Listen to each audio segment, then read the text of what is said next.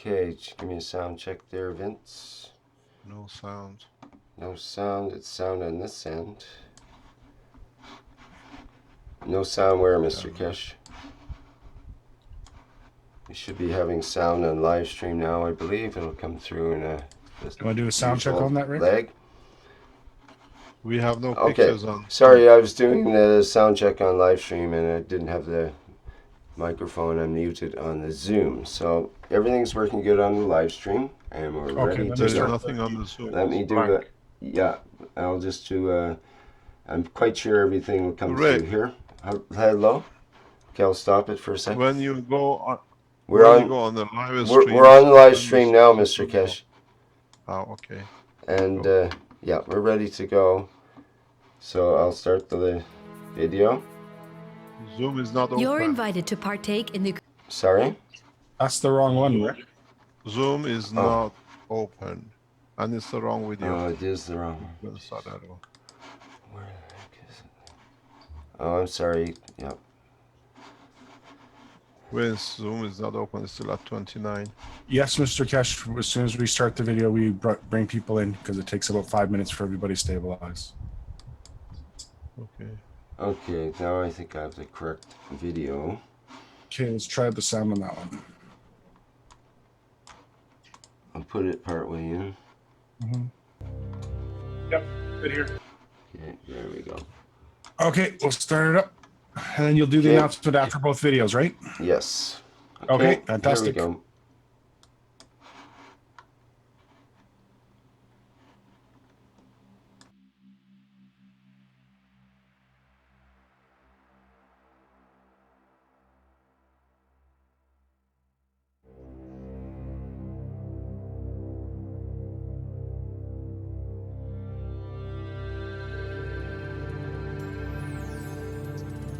You are people listening from every corner of this planet.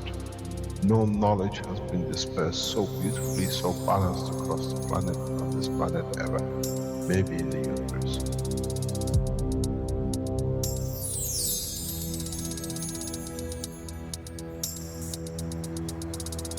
You have the full potential of achieving everything in the universe. There is no need and there is no reason for man not to achieve.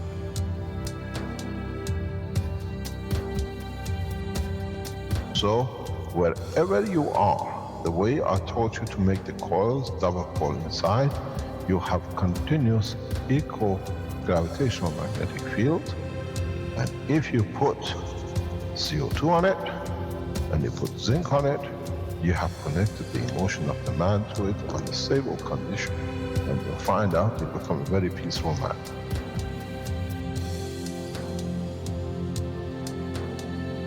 Here, instead of having galaxies and universes and creating connection magnetically, we have used the matter state gravitational magnetic field strength to dominate and dictate the shape of the plasma.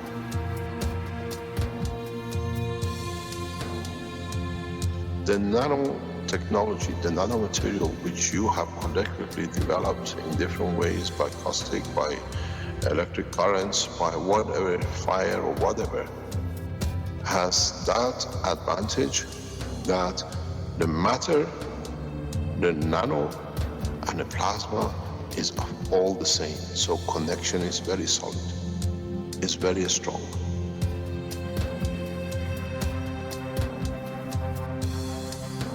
The power of the plasma technology, the way we have thought, is beyond imagination of the man.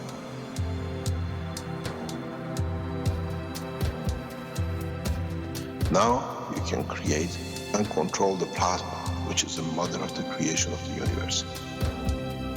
You are given the seed of the essence of the creation.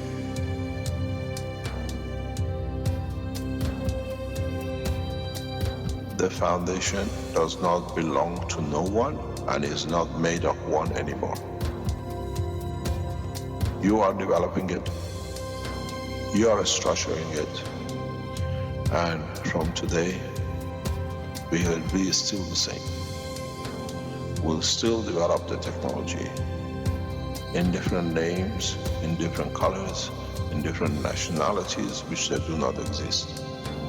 It is beautiful when we see the Christian, the Muslims, the Jews, and every other belief are working together to build up systems. We have already become one faith.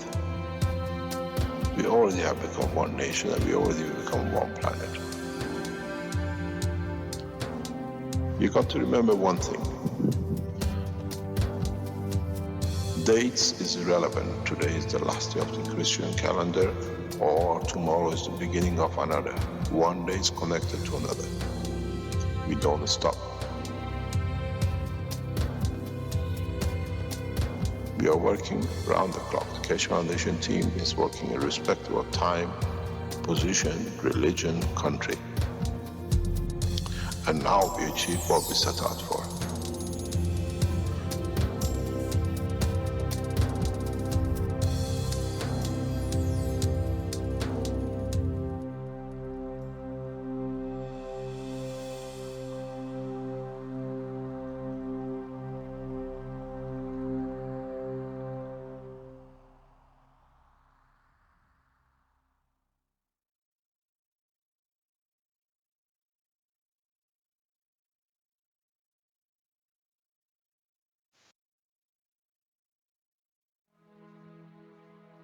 You're invited to partake in the creation of humanity's first Universal Community Council on April 21st and 22nd, 2016 in Dubai at the One Planet, One Nation, One Race Conference.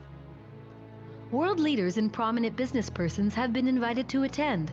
However, representatives of the Council will be selected irrespective of language, race, creed, or position in life. The Council will have many responsibilities.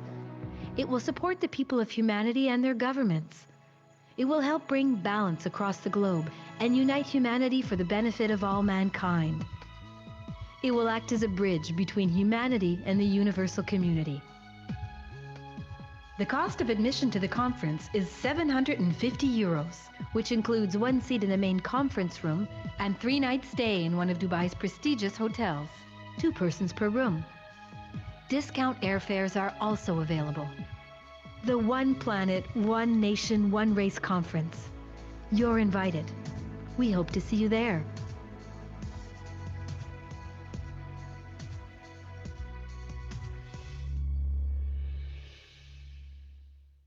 Would you mind if I played the German version as well of that, Mr. Keshe? Why not? Konferenz, Werbevideosprachtext. Sie sind am 21. und 22. April 2016 in Dubai an der Konferenz. Ein Planet, eine Nation, eine Rasse eingeladen für die Schaffung des ersten universellen Gemeinderates. Führende Weltpolitiker und berühmte Geschäftspersonen wurden eingeladen, jedoch werden die Vertreter des Rats unabhängig von Sprache, Rasse, Glaubensbekenntnis oder ihrer Position gewählt. Der Rat wird viele Verantwortungen haben.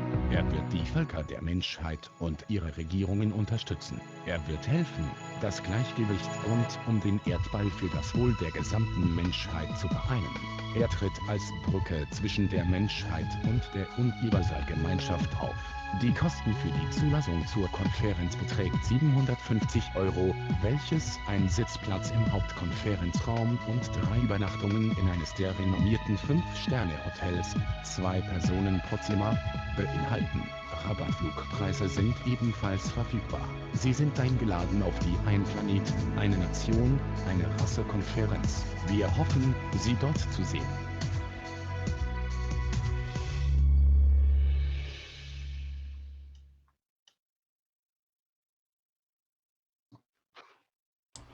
Okay, welcome everyone to the 106th Knowledge Seekers Workshop of the Keshe Foundation Spaceship Institute for Thursday, March 24th, 2016.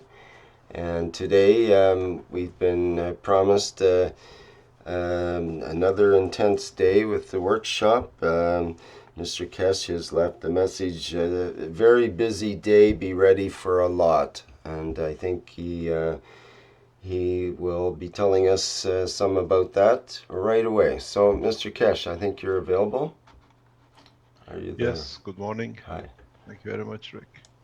Thank you very much, Vince, and everybody else behind. As usual, good morning, good day to you. Whenever and wherever you listen to these teachings, as we teach each other the knowledge of a space, the way we gain. We are the front runners of the new technology, new science, and in that process, we all share knowledge unconditionally. In the coming hours, we will start using the final stages of what we have, what we know, and what is important in the research and development. Hopefully, by the end of the day today, we will gather some enough knowledge to understand a lot in how the new space technology has become and used by governments in some aspects, and has been used, understanding, and shelved by some governments. Today is, in principle, Innovation Day. In a way, we release new knowledge, new technology, using what we already know, but bringing data in. And these data, and some of it which I have seen, we will shock you. Will shock a lot of people beyond understanding. But by the end of the day today, every single one of us, every single human being on this planet will be benefited by what is going to be disclosed today.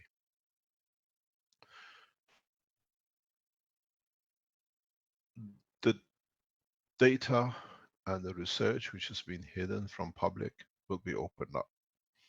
You got to realize that we are in the process of changes. We are part of the change ourselves, and in part we create and have created changes.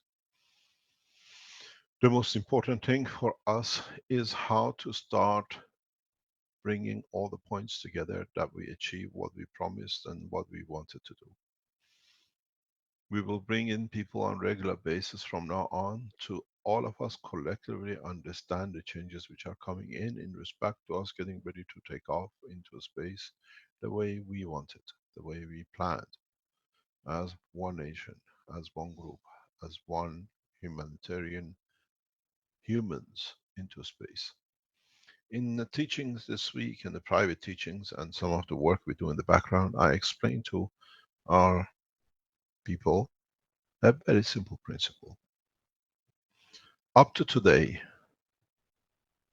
no family has gone into space. No father and mother and son and a child or a daughter. For the first time, the space opens up to the families. So the changes which to come will affect all of us. When we make decision to go to space, we have an option.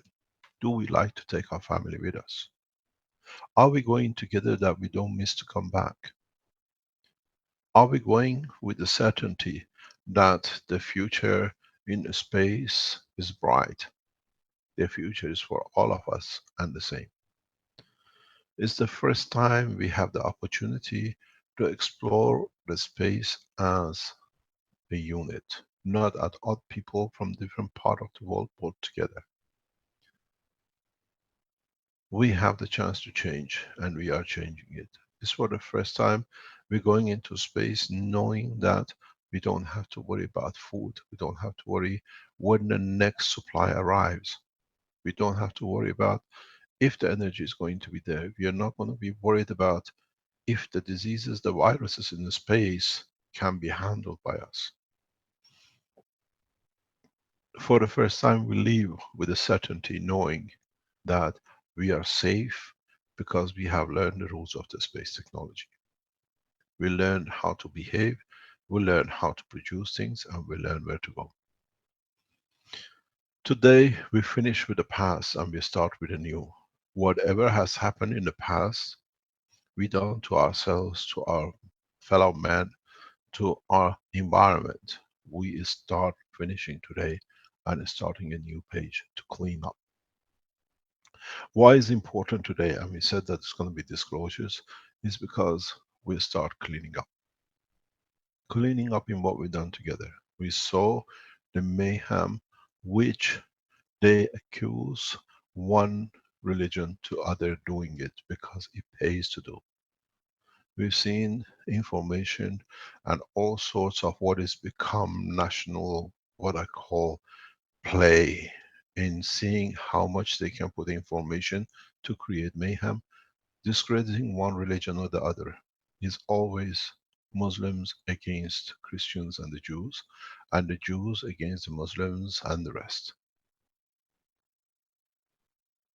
The strange thing is, how many of these bombings has happened? Did it happen?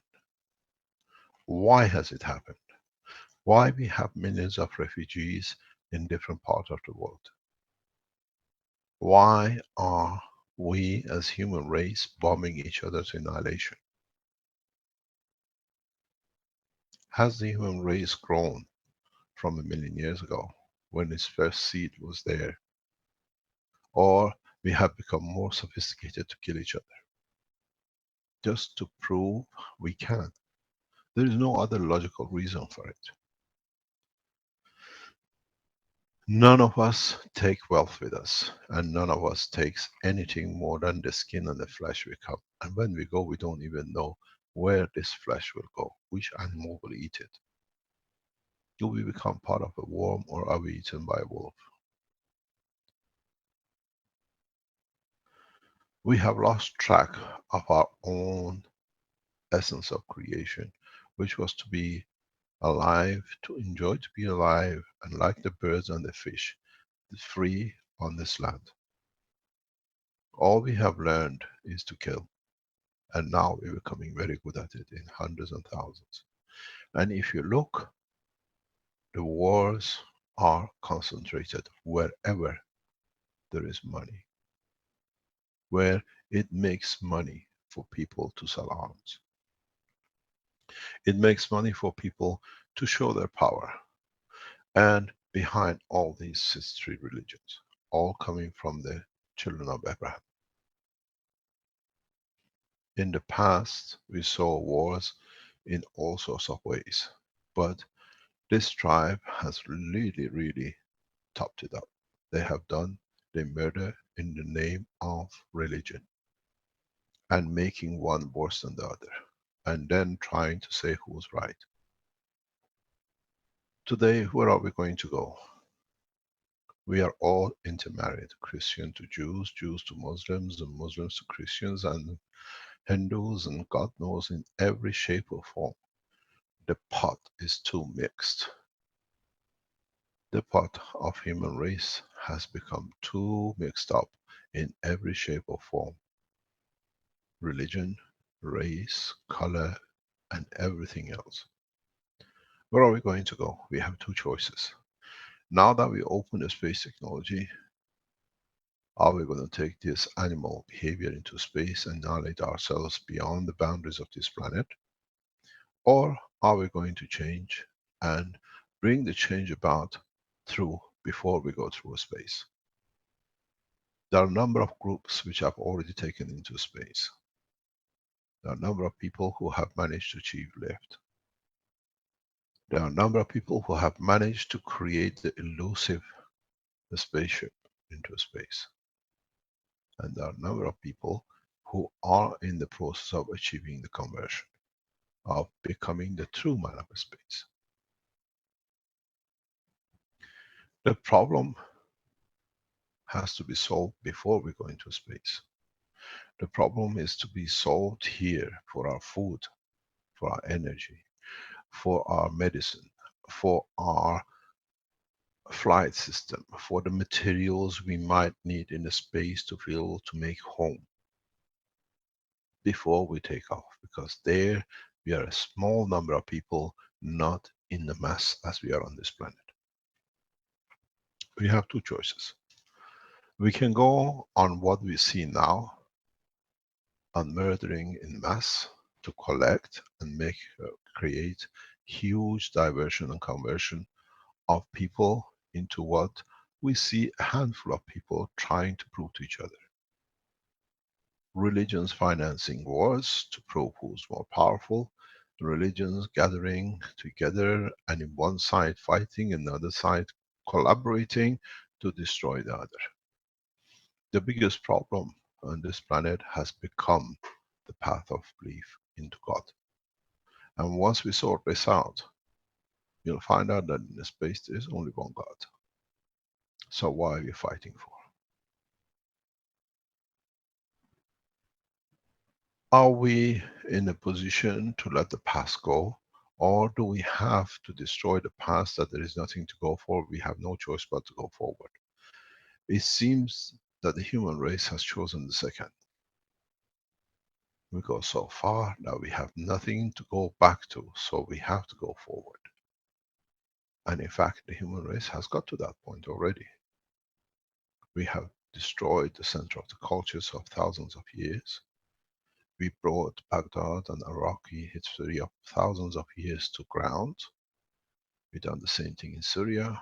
Libya is not far, and the second one, and the third, and the fourth, and the rest. And strange enough, it's all in Islamic countries, financed by the Christians, supported by the Jews. We hear, we see, the same plan is set for Iran in the coming time. Thousands of years of history to be wiped out in one go. But let's do something else. Instead of fighting, let's unite. Instead of destroying, let's see what we can do. Let's see who are the causes of these problems. Maybe by seeing who's the cause and what is the cause, we can stop the future mayhem. We see the cause mainly has been on the name of God, how we believe in it and the way we've chosen to believe in. Those who call themselves Jews, those themselves call themselves the man of rabbi, chief rabbi. We have taken your position away from you from today. We end up with Judaism. This was the promise. You were promised that the time will come. And now how we finish with it is not by destroying and ending up the state of Israel. We elevate the Jews to one point, to be level and equal with the Christians and the Muslims. There was a promise that there will be time when it will be, when the Mashiach will come. He has come, and today we declare it. We finish with the state that the faith of Judaism exists. Chief Rabbi of Israel, your term is finished. It's time to start the process of peace. Your position does not exist. We finished with the state of Israel as it's become Palestine, as it's become part of the Middle East, as it's become part of one planet. This will be very harsh, and this was the biggest nightmare of Jewish state on 2016. And we warned and they were aware of it. When I explained I am the Messiah, I am the Mahdi, I received a communication. Are you going to declare that you are Messiah as well? Yes, we are. The State of Vatican gone the same. There is no place for a pope and no priest, because we are all the same and we believe in one God. Because we all have reached the level of maturity of the religions of the past. That means we are all equal. Brothers, do not fight. The same goes. We removed the station of Ayatollah Khamenei as the head of the Shia Islam, because they have served their purpose. We thank them for what they've done. But time has come. We can't have head of different religions, as there is no religion but the path of God. The same goes with the muftis and heads of the Sunni Shia. Means there is no need for religious leaders when the men start believing in the truth and they all work towards a peace. This way, we don't destroy, we don't abolish, but we elevate all the states in one go to the same level. So, as of today, there is no religion state in fighting for to have more of. We invite the Jewish community to become part of the peace process in giving hand in developing technologies with the Christians and the Muslims for the peace on this planet. The time of punishment has finished. It will not work. You choose when you want to leave. We have chosen. You have already left. We chosen the path of peace. And with this process, we elevate all the same to equal. That's how we become one race. That's how we become one nation. The state of Palestine does not exist, as where has been the shame on Muslims and how they could not protect and feed their own. The Jews walking streets of New York last Sunday have proclaimed, knowing the time has come for the change. I come from a Jewish background. I am Kohen. I come from Islamic background. I am Sayyid. And with it, have brought the beginning and the end together with Christianity. They're all the same and equal. So as of today, we have finished. This was the biggest and biggest nightmare of the Jewish leaders. Tell them he has declared two choices: kill me or join me in peace. Killing me brings more in. Some of you had a lot of question how Mossad has not killed him up to now. I am Kohen. And the Jews know you do not touch Kohen. It's blood of the Prophet. I am Sayyid, the same with the Muslims. Through my grandmothers, I stand the same.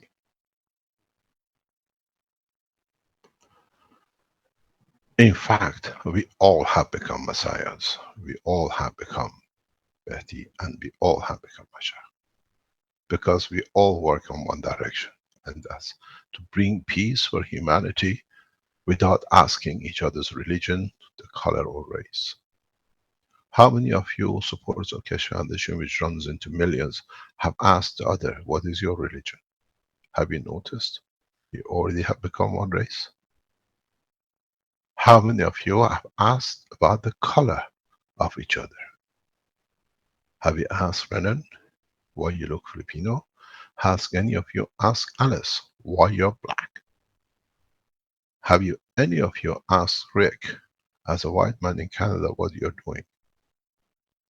We promote each other, we work together, and we have become to understand that the Keshe Foundation supporters have become mature enough to become the new race on this planet. We have become colorblind. We have become race blind. We have become national blind. Do we need to push this frontier further by showing what can be done? Or do we going to fight like they've done in the past to prove we are correct? We do not fight, we just add so much to the knowledge that there is no need to fight. You will understand today why we called you to be here. By the end of round 12, 1 o'clock, you will understand what the gift has been given to you. You will understand that whatever has been the problem is not a problem anymore, because instead of fighting it, we have used this opportunity to progress. They tell me, why am I so harsh on some and go soft on the others? I don't do. It's just that when we see incorrect conduct, it's our job to correct it. And we've done so in the past few weeks, and you will see most of it in the coming weeks. We have moved on. We set up the center in Belgium. We set up the center here in Italy. We set up the center here in Dubai. We're setting up centers across the world because it's all the same. We teach the same. We have become faceless but powerful. Powerful in spreading the knowledge of peace through technology. As I said, there is no more Judaism. finished as today. Rabbi's job are finished. Thank you very much for thousands of years bringing humanity to the point of at least being there to survive to see the fruit of it today. But as of today, the state of Israel does not exist. State of Israel become part of one planet, one nation. The same is with Iran, Iraq, Palestine, United States, China, and the rest. World leaders did not deliver except to their own pockets. Now we deliver to every human soul, which then it decides what needs to be in the pocket of life, not in the pocket of the suit of the man. So, a lot of Jews were fearful of today, but yes, your fear of facing the final days of being warmongering for centuries and thousands of years has come to end. Now you can live in peace, knowing you're loved by everyone else, the same as you loved everyone else, but the fear of existence has brought you to this behavior. We see the opening of the Palestinian doors, the Islamic doors, and the Vatican. We move into Rome to take the seat of the place of the Keshe Foundation in Rome soon. We move into Beijing and the other places the same. All the Christians, the 72 boats of the Christ, have landed and are on shore. The same is with different sects of Islam. So now you tell me, what religion do you believe in? Except one, the unity of God and serving humanity in a peaceful manner. And this is not the path of God, and this is not the correct path. So you surely have agenda to destroy yourself, not the others. We shower you with love and with care and with knowledge that you can survive the spans of the universe now that we have opened the door.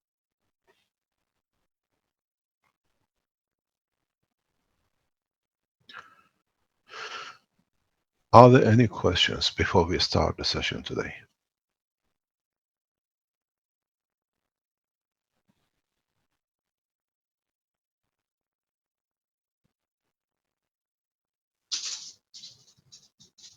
Silence. We are ashamed of our ancestors, what they've done to us for a small piece of land and a few gold coins in their pocket. Maybe from now on we can change the humanity. We have as much gold as we like in our heart, and we have every diamond in our heart to shine like a gold.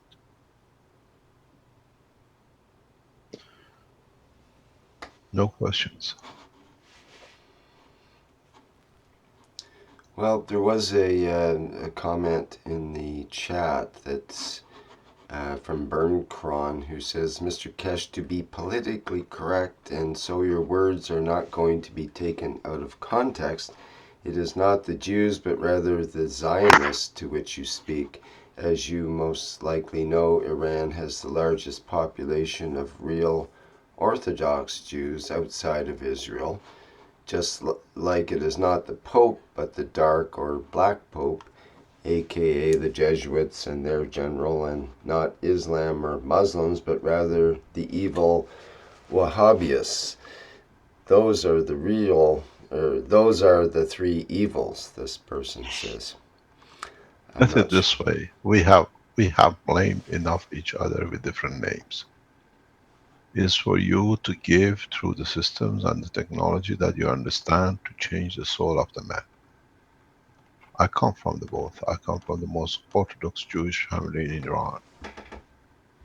I come from the same, if you see my cousins. I have cousins who are in the Israeli army and I have cousins who are in the Iranian army. But they all love the same.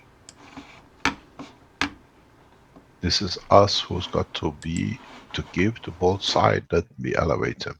And now that we abolished the most possible way to create war, which has been the name of the religion, there is no need for it.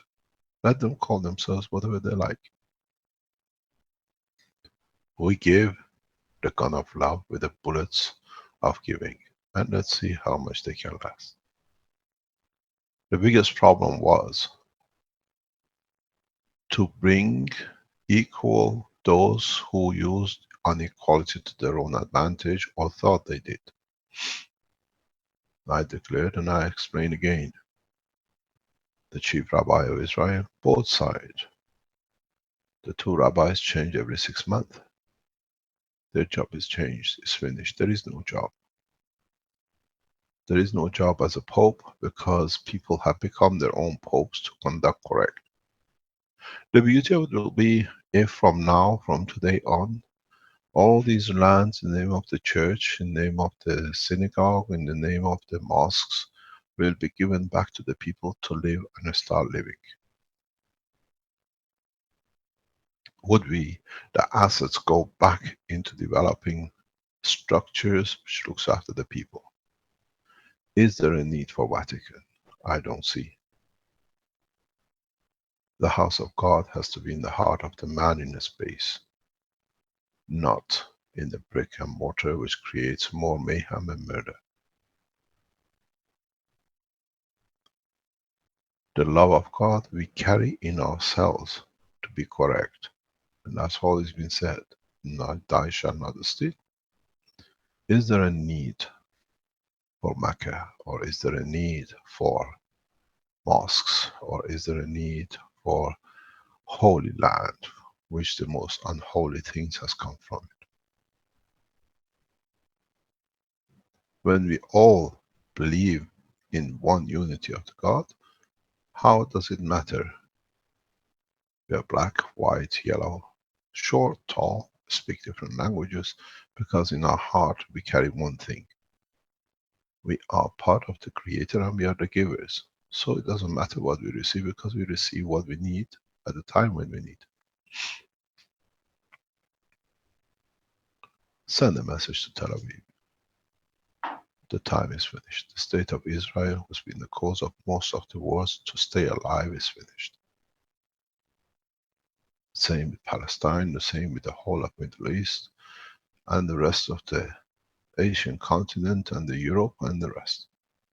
Because we become one family. Why do we need to be connected to one? I get hugged by my Jewish cousins, same as my Muslim cousins. The love is the same. When my child gets cuddled by his Catholic aunt, it's the same love, it's pure unconditional.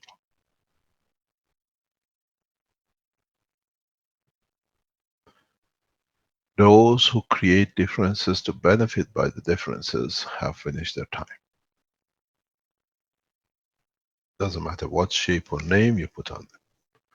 Let's see if the shivers does not go on the back of the leaders of those who created war for benefit of themselves. You will see how we open the doors slowly, but very, very gradually, but perfectly from now.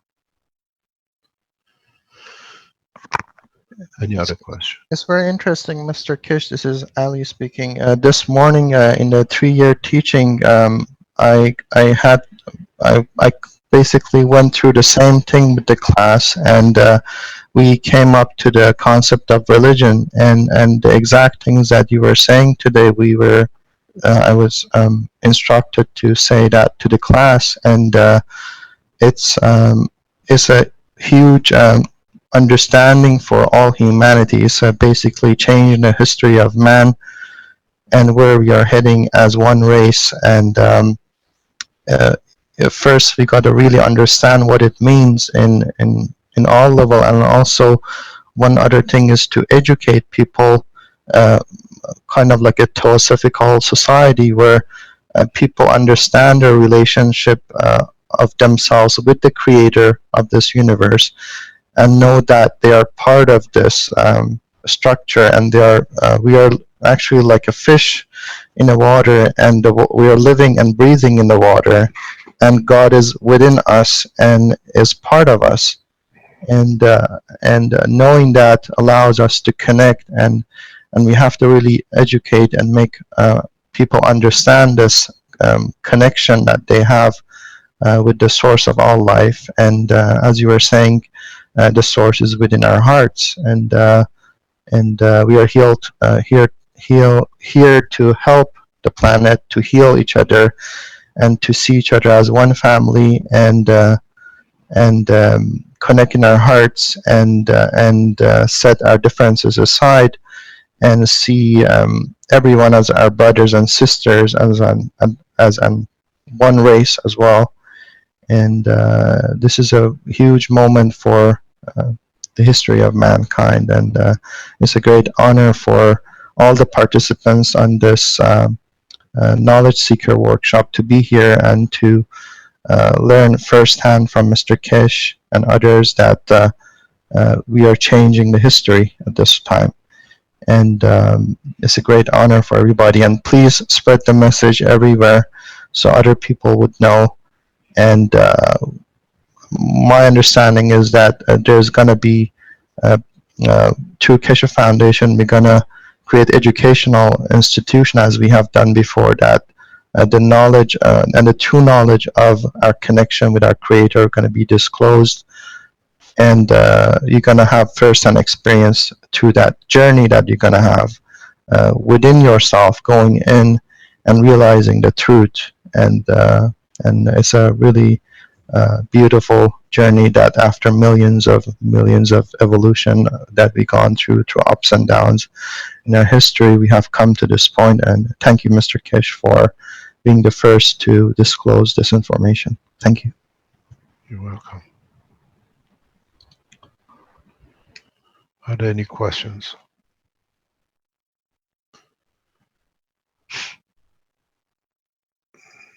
Yeah, Mr. Kesh, it's Louis Gino from Canada. How are you? Good morning. You're still in Italy? Yes. It takes a while to get over contracts. Anyway, yesterday we had some questions and you said you were going to address them today regarding what I discussed with people that can heal their bodies through plants, and we can't do anything with them when they're eating animal products. Do you remember? I'll answer you this at the end of the session today. You will understand. Okay, sure. No, thank you. There's a question in the chat. How we can elevate their souls, those religious people and leaders who gets money in the name of God? You don't need to elevate. Give from your soul to the ones who need it, and then they find out that they don't need to give to these people. These people can only exist when we feed out of the weaknesses of others in their soul. When we strengthen the supporters of the Judaism, when we elevate the supporters of the Islam, or Christianity, or Buddhism, to a level that they're all equal, and understand that they're equal, then we find out they won't contribute. So the job of priests, mullahs, imams, rabbis, in the coming time will be eliminated, because we behave conduct correct. We do not need to be fear of what we've been afraid of. The religions of today, in every shape or path, they have preyed on the weakness of man, nothing else. If we give from ours to the total humanity, you'll find out they will elevate. We have seen to the past few days, past few weeks, and it's not coincidental, because we are doing it and people are listening, millions of people are listening.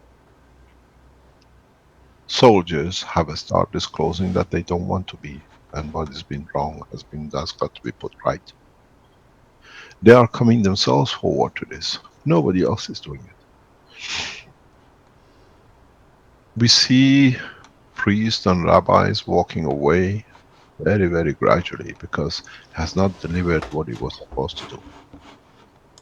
So we don't give to them, we give to the people who believe and they have a need to elevate their souls. Does not matter what word they say, Christ, Moses, Jesus, Buddha, and whatever, Krishna.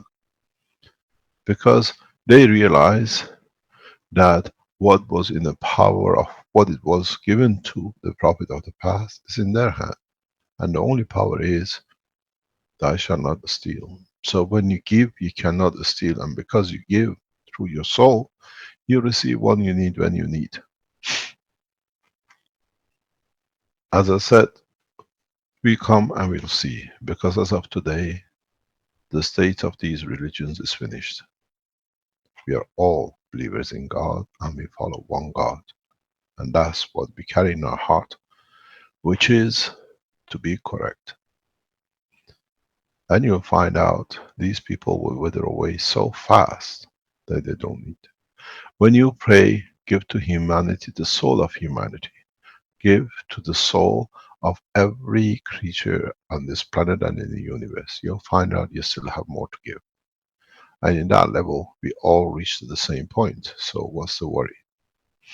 When I know I don't need to go to church, when I know I don't need to go to synagogue, when I know I don't need to go to mosque, to be correct, because in space there is no mosque and church. We haven't seen one yet. And sorry, I cannot bring you back every Sunday to go to the church, and I cannot bring you back for a Friday's prayer to the mosque. And synagogue on Shabbat is definitely out of question, because we don't even know which day is the Shabbat anymore.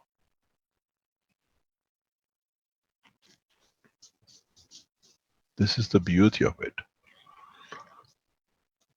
In understanding the theology, you understand why we teach it. Because what are you going to do in the space when there is no church? Are you going to find another being in the space to worship because he knows more than you a little bit? Or do you have the confidence that you understand? The same as the energy and food, access is through one channel. The same for you as the man in the space from any corner of this universe. This is why we do this teaching. Today's religious green or blueprint is more important than the energy blueprint or the agriculture. Because this is the only blueprint which you will carry into space with you. Nobody will ask you what is the blueprint for agriculture. There is no agriculture in the space. We released a number of blueprints, and now this is a blueprint of the religion, you want to call it, or the soul of the man, that you are all equal without punishment. The fear of man has been the day of justice, judgment, that what's going to happen to me. You all so horrendously criminal that if you're going to punish, there'll be none of you left. So better close the eye as a father does so generously, and allow you to start all from the fresh hymn sheet. But those who are below and down wrong know their position and their station. Punishment has never worked, and in space there is no punishment, because when you do wrong, you will see what happens to you, what your own wrongdoing. We have taught you the ethos of the space. This is the ethos of the belief and life in space, and without it you shall not exist. So what's the use of fighting here, and the minute we go into space we become all one? We better become one here before we go to space, because now we can feed each other, look after each other, that we decide which one of us will go to space first. That will carry the beauty name of being from planet Earth. We have changed. The message to universal community is, we have changed, we become men of peace. Do we spend billions of dollars in creating hate between the races? Where outside the space, when the same people go to space, if there is a black, white or yellow skin, and there's nobody else, who do you ask for help to? The man you are fighting? Are we become two-faced even to ourselves? Or do we send only whites and only blacks and only yellow crafts into space? And surely the blacks will win, because the whites are too busy gathering gold of the space, they go too heavy that they go nowhere. The same with their soul.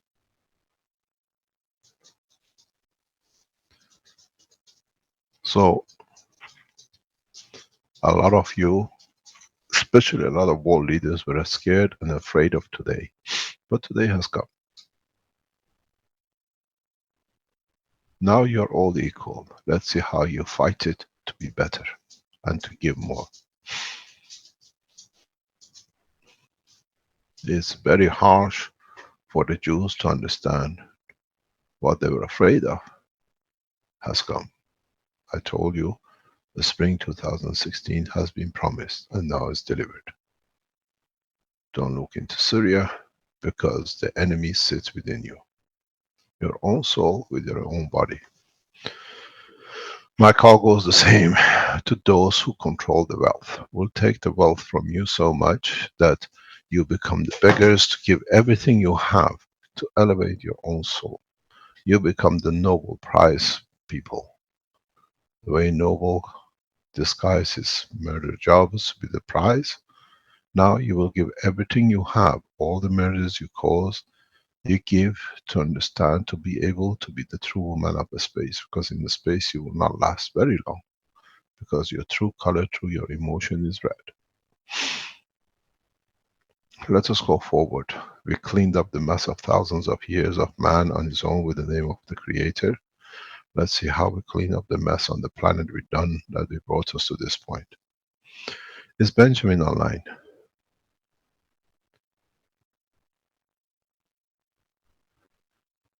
Do you see Fine. Benjamin in the background? Yes, I'm online. Hello? Yes, sir. Yes, Mr. Keshe, I'm Benjamin, online. you have to increase your voice. Your sound is too low. Okay. I'm online, sir. Yes, but you're too faint. Increase your volume. Okay, I'm increasing again. It sounds you're speaking to us from Mars. Are you there? Okay. Can you hear me, sir? Yes, a bit better. Okay. So, Okay, I'm online. you're online. Okay, what do you have on the development of the cleanup from Africa? I didn't hear you. Okay. We have, what do you call it? The result, brim water treatment result released yesterday. So, I have a presentation to make and also to show you some few things that I came across. Do you want to share the screen? Okay, yeah, I We want to already share. know we had the data regarding the water cleanup from the sediments and materials.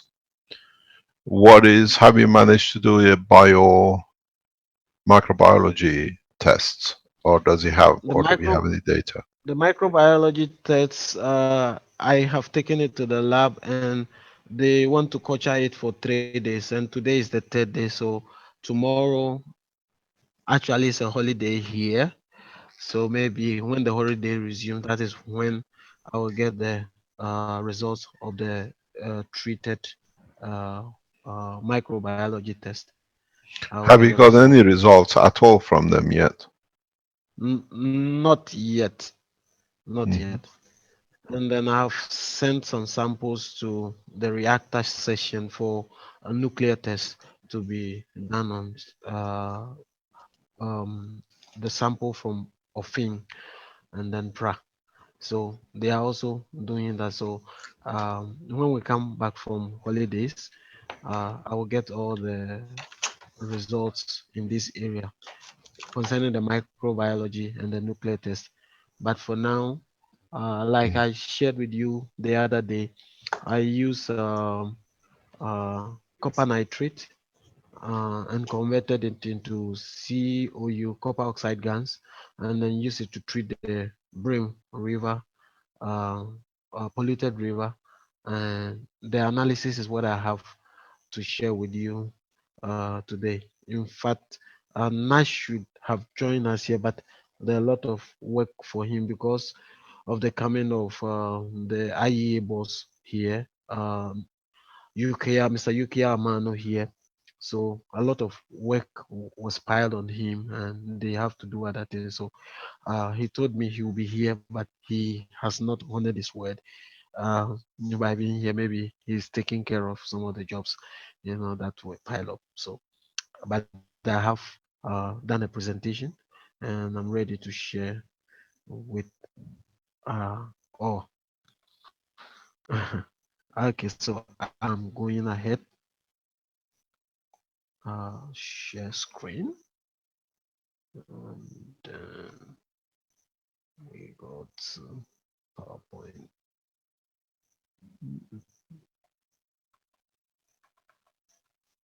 So, am I online? Hello, hello. You're Yeah, we're just coming waiting up. for it to come through. We're Okay, waiting for so you to come up. I have shared my screen. Yes, but we don't see anything. It's just blank. It's blank. Might take a few seconds. Okay.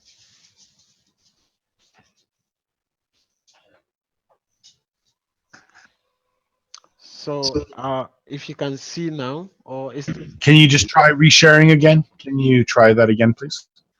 okay, stop share and then share again.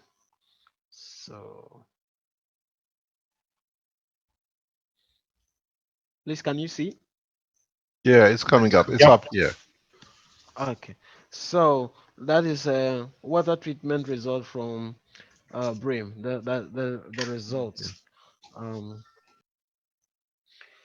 uh, Brim is one of the most polluted water bodies in Ghana as at now because I was thinking about wrapping my mind around it, why people go to that particular area to pollute the river.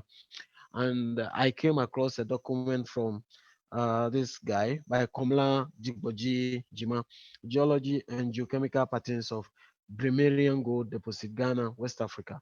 So I found out that uh, because of the gold in this particular river, you can get gold and diamonds at the same time, and what we call alluvial diamonds. So you get a pure diamond in it pure state. So people actually like going to this area to, do the mining there. And I remember when I went there the first time, I took some pictures and then shared with Mr. Kesh, and Mr. Kesh replied back. He said, "God save that country, because the water is really really polluted." And I have a gallon sitting in the office of the Tanana.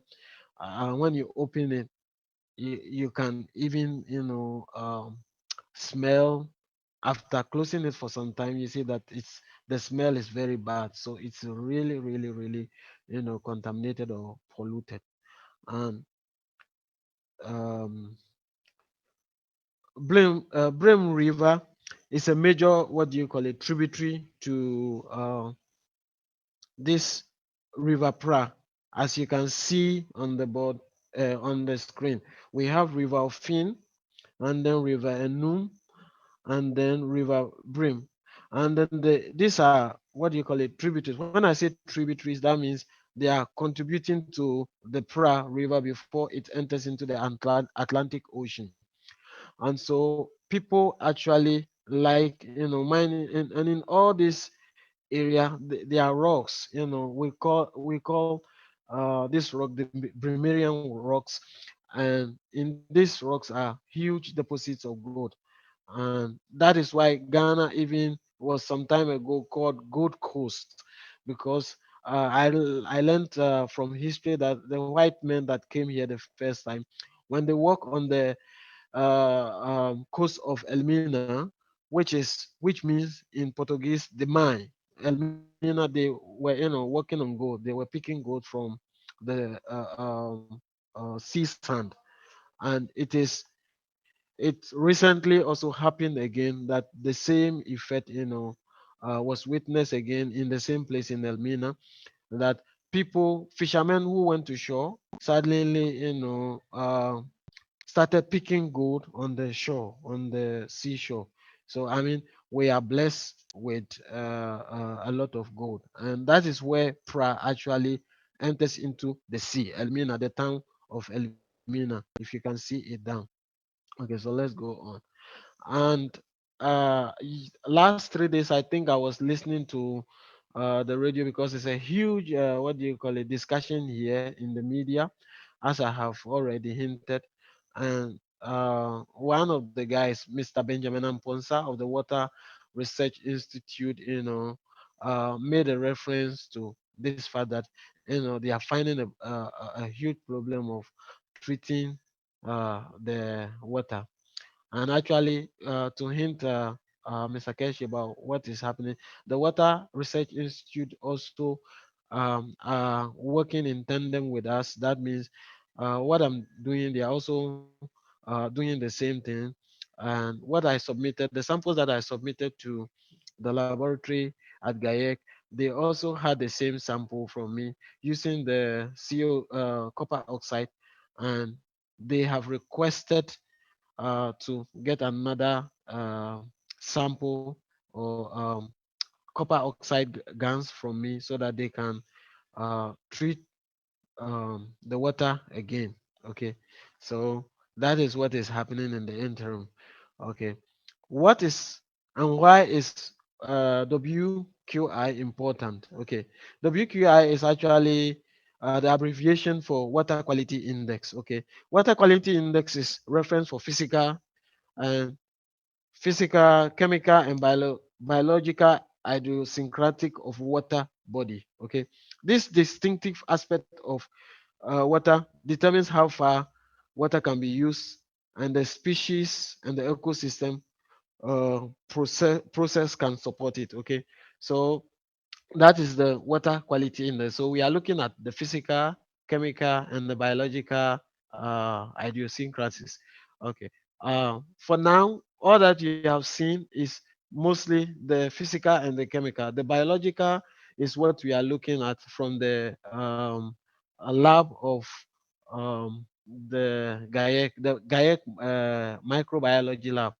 And I was there the other time. I started the process with this man Daniel in charge of the lab, and we'll soon give you the data as I have said earlier. So, uh, water quality index has a particular range. We have for good water quality, you get from 90 between 90 and 100, and excellent quality from 70 to 90. 50 to 70 is good. Medium to 50, medium is from 25 to 50, and bad is from 0 to 25. And the other day when Mr. Benjamin Amponsa was speaking, being interviewed on one of the radio stations, he made a claim that the water is so bad that it's classified in this range, that is 0 to 25, very bad. So that is what is happening here. And to wait, um, we have a huge problem here, and they are looking for various ways of solving this problem. And when I quote some of the amount in dollars, you shake your head. But like I said, most of the things are also not within the uh, power of the people to do it, because there are political connotations with what is happening also, because most of these guys doing the illegal mining, it's the politicians and the people who are in power who supply these young people with some of these devices and to pollute the river, and they also back them, so you cannot touch them. Okay, these are some of the determinant factors. So, if you have look at some of the results, I'm trying to uh, discuss this because most of you see some of these things and you don't actually understand what it means, and I'm trying to uh, get it clear to you. So these are the factors that determines the quality of a water. That is, we in some books you see it as DO, and DO is dissolved oxygen. It is the amount of oxygen that is present in the water, you know. And fecal or coliform, that is what the biological people are going to do. Bacteria are the most common biological contaminants of natural water. So these are bacteria, fecal coliform are bacteria that are most common in microbiological contaminant of natural water. And pH is the numeric scale. As for pH, I know many people have heard of it. Is the numeric scale used to specify that water is acidic or alkaline. You know, so you from 7 going, the water is alkaline, and below that is acidic. So for instance, when you take a substance like vinegar is 3.0, that is acidic, and and when you take a good quality water that is tasty, that is alkaline, and it ranges from 7 upwards up to 10. Okay, so that is the alkalinity range.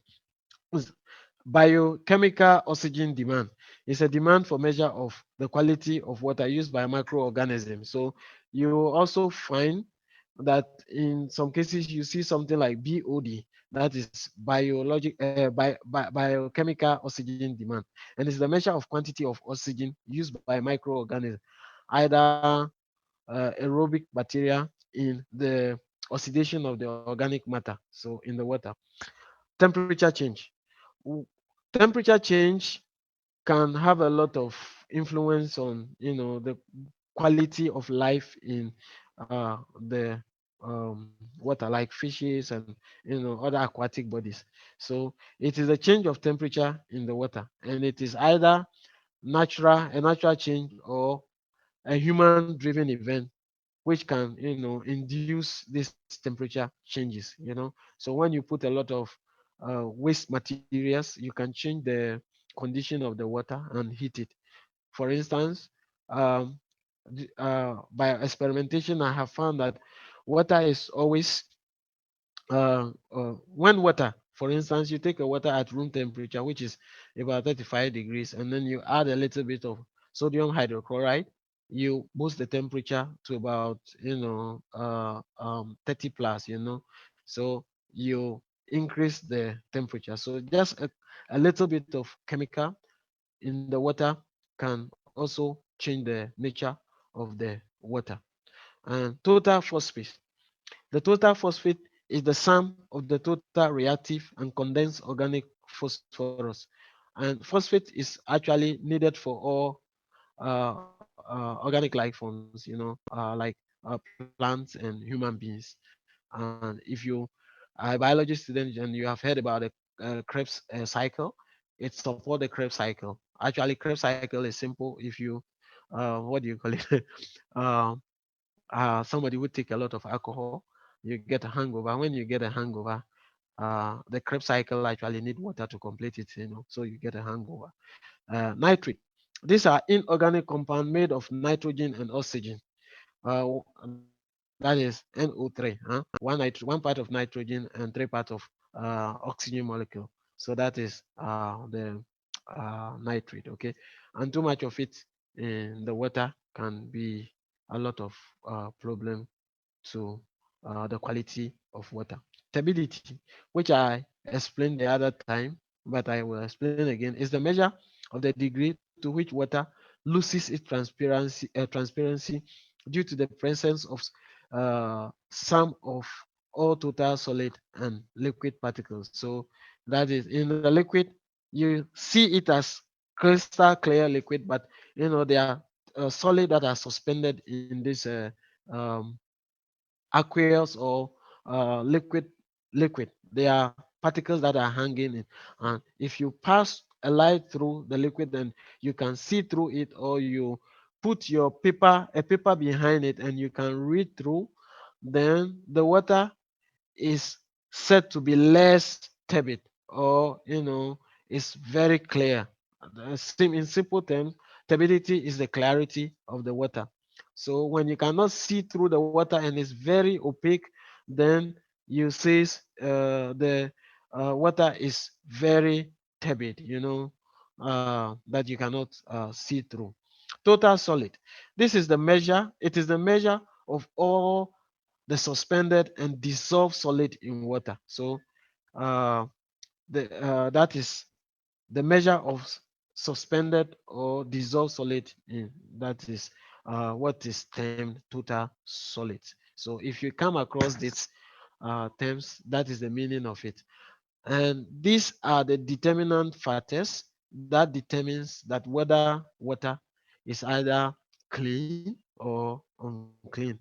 And there are various weights that are used to determine, so we will learn about, as we progress, we will learn about some of these determinant factors that are used in, for instance, we have the Canadian CCMWQI, that is the Canadian uh, water quality index. The Canadian have got a nice formula for defining this determinant to check whether the quality of water is good or is not good. Okay. WHO have guidelines. So as you see in some of the results from, they have guidelines for which water is classified as clean or unclean. So we have health guidelines. These are the two main guidelines, health guidelines, which take into account chemical and radiological constituents that have the potential to directly adversely affect human health. Okay, so in the guidelines, these are some of the things they look at. If the water is chemically clean and radiologically, it passes the test, then it's said that human being can, take it without no adverse effect. Acceptability guidelines, which include parameters that may not have any direct health effect, but result in objectionable taste or odor in the water. So, for instance, when the water is more turbid, that is unclear, like the brain water, which you cannot see through. When a coin falls through it, you cannot see it down. Then we say it's objectionable. The look of it will not even, you will not get the attraction of tasting it because it's so turbid or it's so dirty. And then when it's the more turbid it is, the probability that it will smell is there. So we look, the acceptability guidelines include these parameters, which directly also affect health, but in objectionable taste or odor. So if the water smells, that means it's not good. And these are the guidelines, two main guidelines that the WHO uh, accepts. Okay. So they are, like I said earlier, they are weighted, the weighted arithmetic method, uh, QI methods that are used in determining. So this is a simple formula. Don't be scared about the sigma sign. It's just a summation. The summation, okay, let me go gradually. The quality, the weighted arithmetic quality index method classify the water quality according to the degree of purity by using the most commonly measured quality variables. So as you know, WQI is water quality index. So if you see the QI is the quality index. And then for each parameter, it is calculated using this formula. The quality index is equal to 100, and then the estimated concentrated parameter of the analyzed water, that's the last analyzed, or for within a given range, the analyzed parameter of the water. And then VO is the ideal value of this parameter in pure water. uh, and it ranges from pH, which is acceptable, that is 7.0, like I have told you, that is the acceptable range of alkalinity, and then DO, which is the dissolved oxygen, 14 point milligram per liter, and then we have the XI, which is the recommended standard value of the height parameter. The unit weight for each water parameter quality is calculated using the following formula, which follows.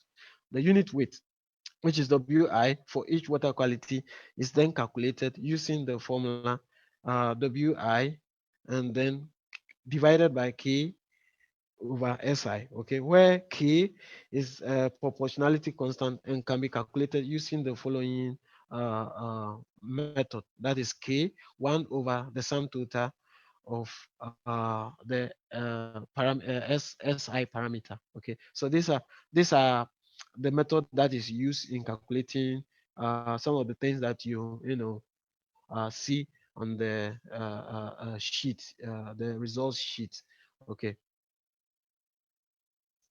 and in treating this water, because I've been treating a lot of people on various degrees of injuries, you know, um, I didn't have enough of copper oxide. So what came to mind was to use the copper nitrate to be able to get nano material to be able to treat the water. So I use copper nitrate to create the nano material that was used in treating this brim water, and it gave us some interesting results. But Nash is not here to, I hope it is clear and um, it can be seen. Otherwise, I can open it and draw it a Can little you bit. open it up, please?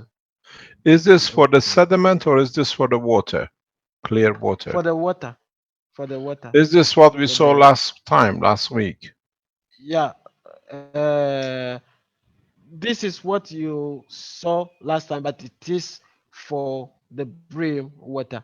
And actually, Nash having completed this one also, because I gave him sediments to work on, and then also the E. coli, the biological and E. coli, results to When would we see the sediment?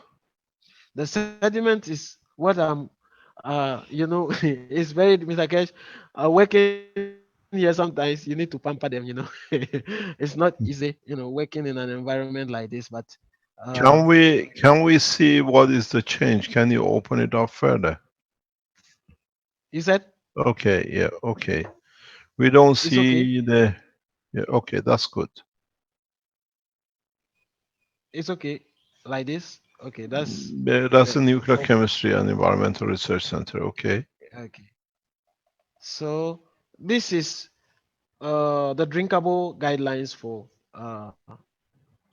the WHO standard, excuse me, and then Ghana water and sewage standard. So we are matching both parameters, and we are I comparing values. think what you've done again as before, you have put mixed columns again because I said says total dissolved solid, river brim Hmm. control 136, river brim treated 239.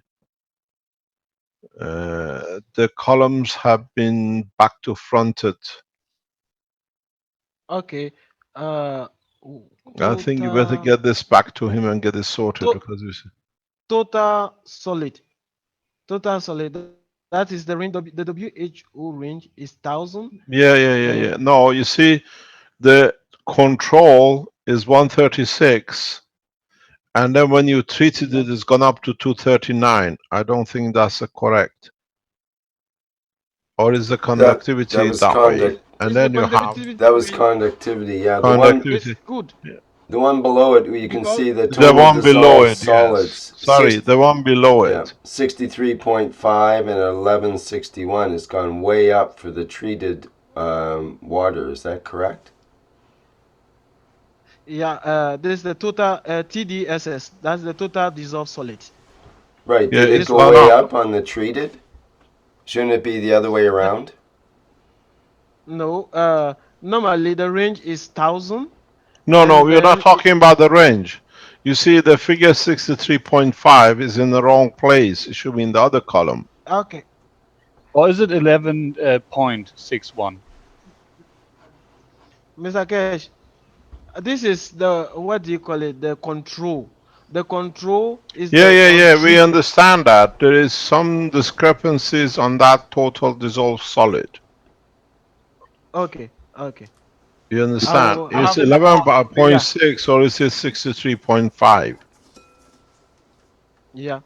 I will have them, look at it Get it again. checked because this is very, it's the same with your calcium at the bottom. And it's the same with Calcium. magnesium. Yeah. The figures have been put back to front. You got to change your what do you call secretary.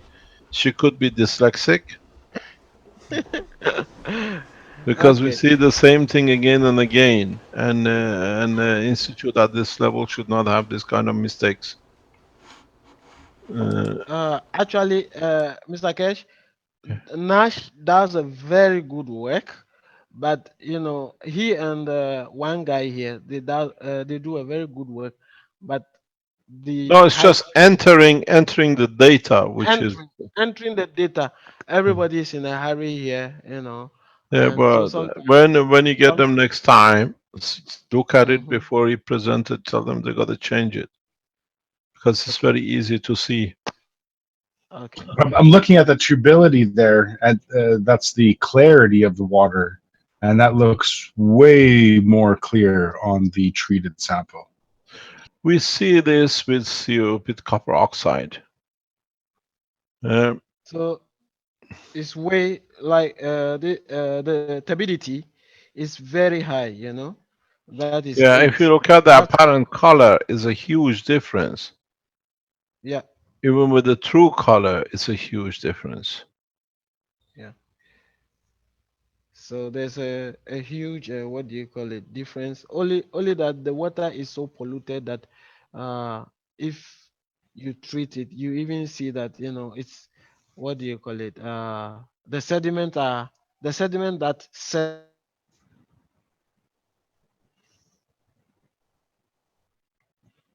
Hello, have we lost it?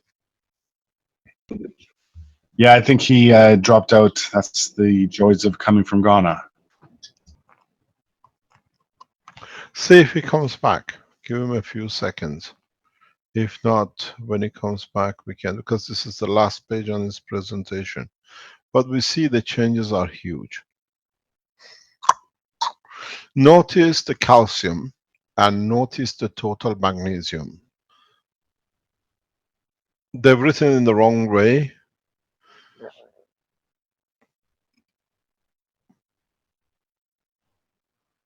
And we'll come to this later on in the other part of the presentation. Okay, he's not back. We lost it. No, but I did.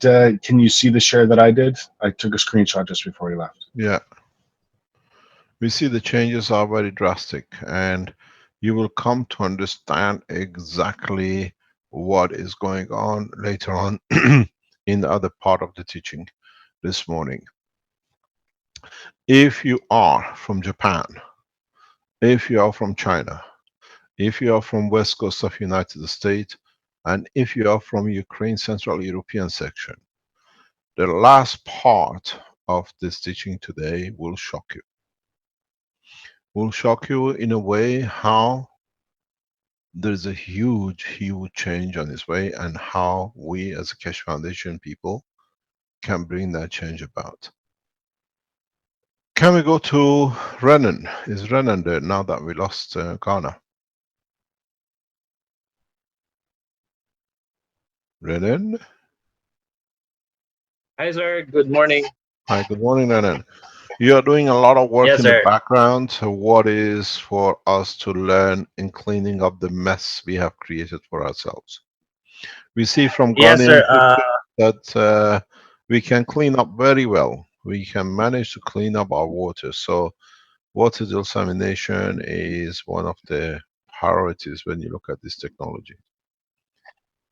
What do you have to offer? One thing that we still ongoing with the test right now, sir, is for the air quality, especially for the combustion for vehicles, and for the tests also for the for bigger scale. Eventually, used if we can use it for the vehicles, we can use it to all other engine or coal driven factories as well. So we have made some prototypes for the system. I'll just show first the initial drawing for that decontamination system for factory setup.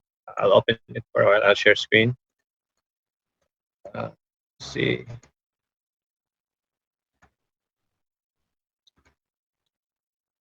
contamination. Okay, so share screen. This is the first. It's just a concept that we are testing on.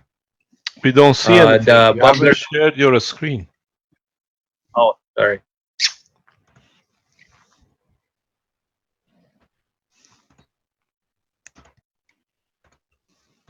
Is it coming out, sir? No, nope, you're That's not here. there. It's shared. Okay. Yeah. I will remove.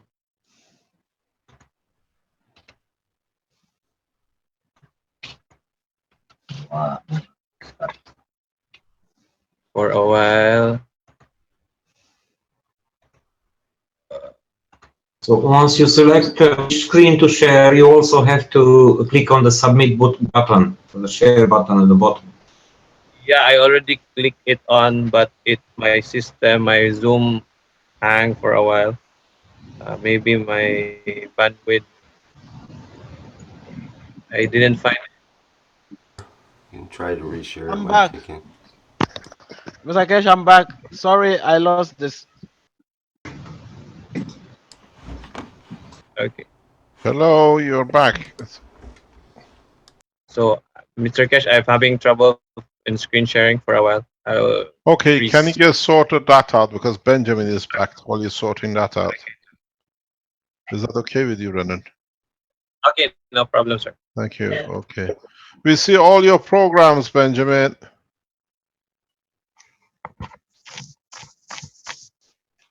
Hello, you're sharing now. Where are you gone, Brennan? Can you take off? You're sharing a screen. We see your drawing.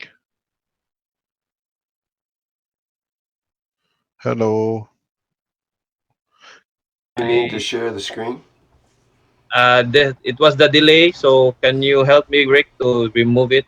There's a Okay, delay. there we go. I think Vince Okay. did that. Okay, so Thank you.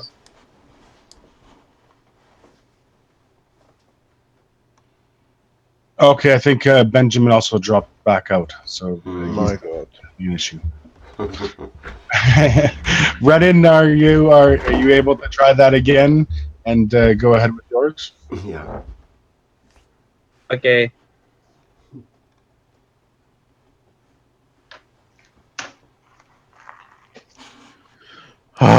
When Benjamin comes, just hold him back.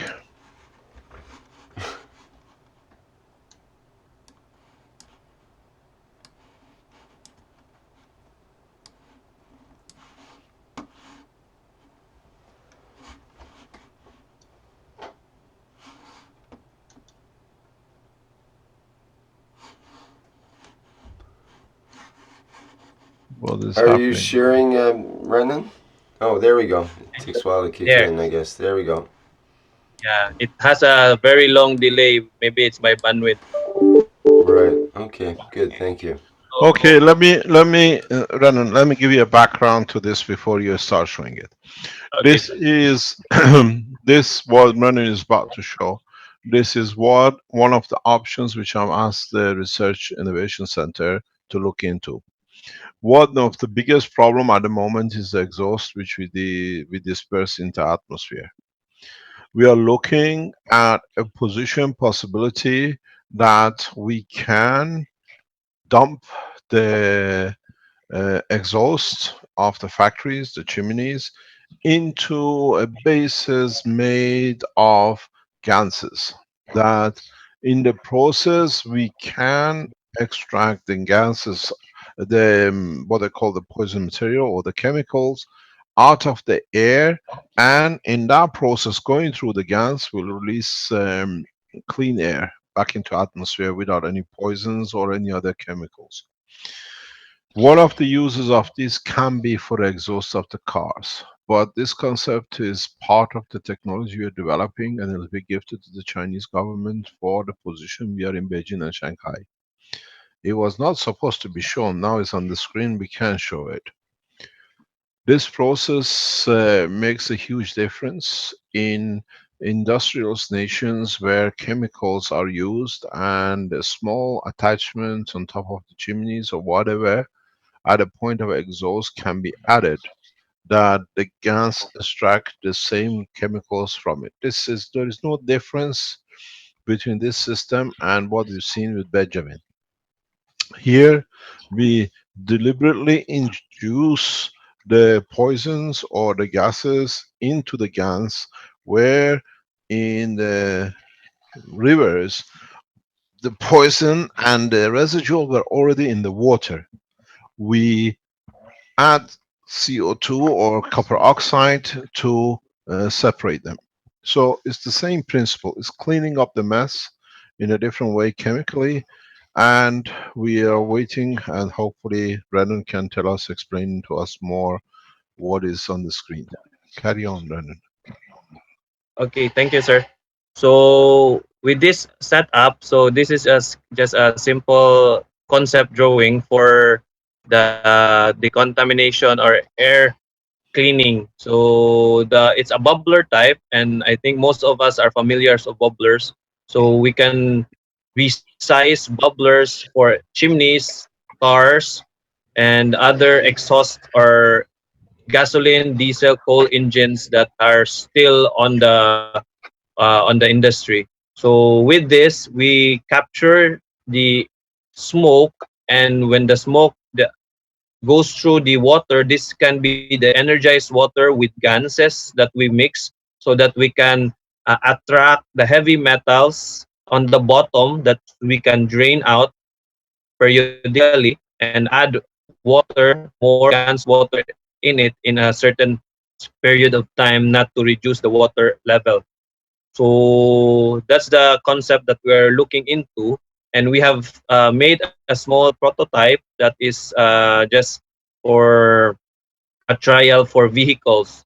So I can show you the small drawing for our.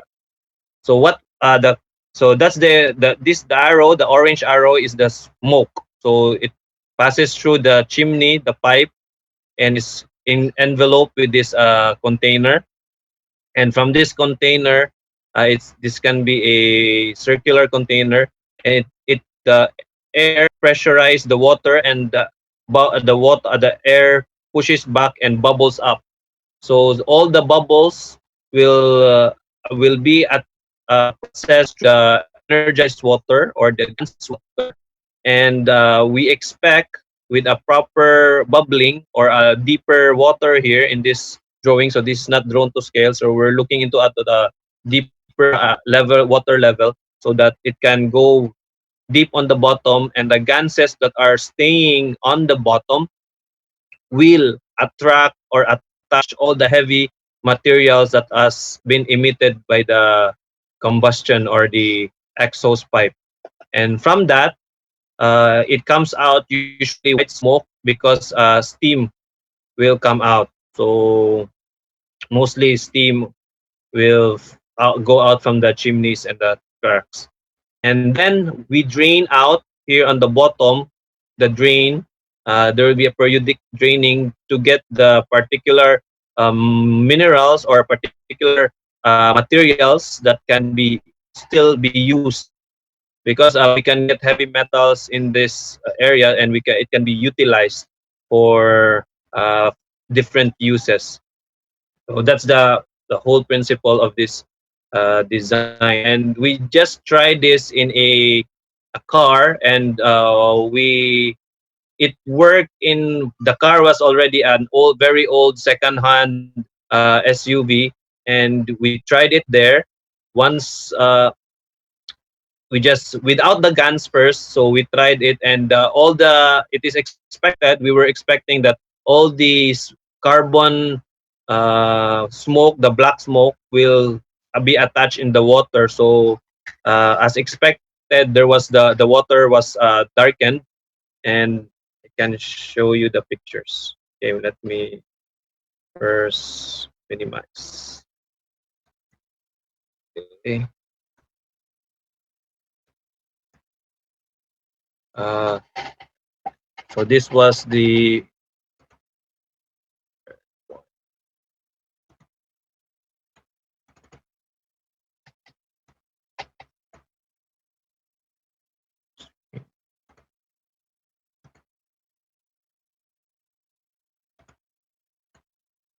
Are you still there, Ryan? yeah. Can I stop share? Do you want to just try changing it? Because it might cause a problem with your bandwidth if you do that, or your computer. Or okay. Yeah, I'll share another one here. Only that.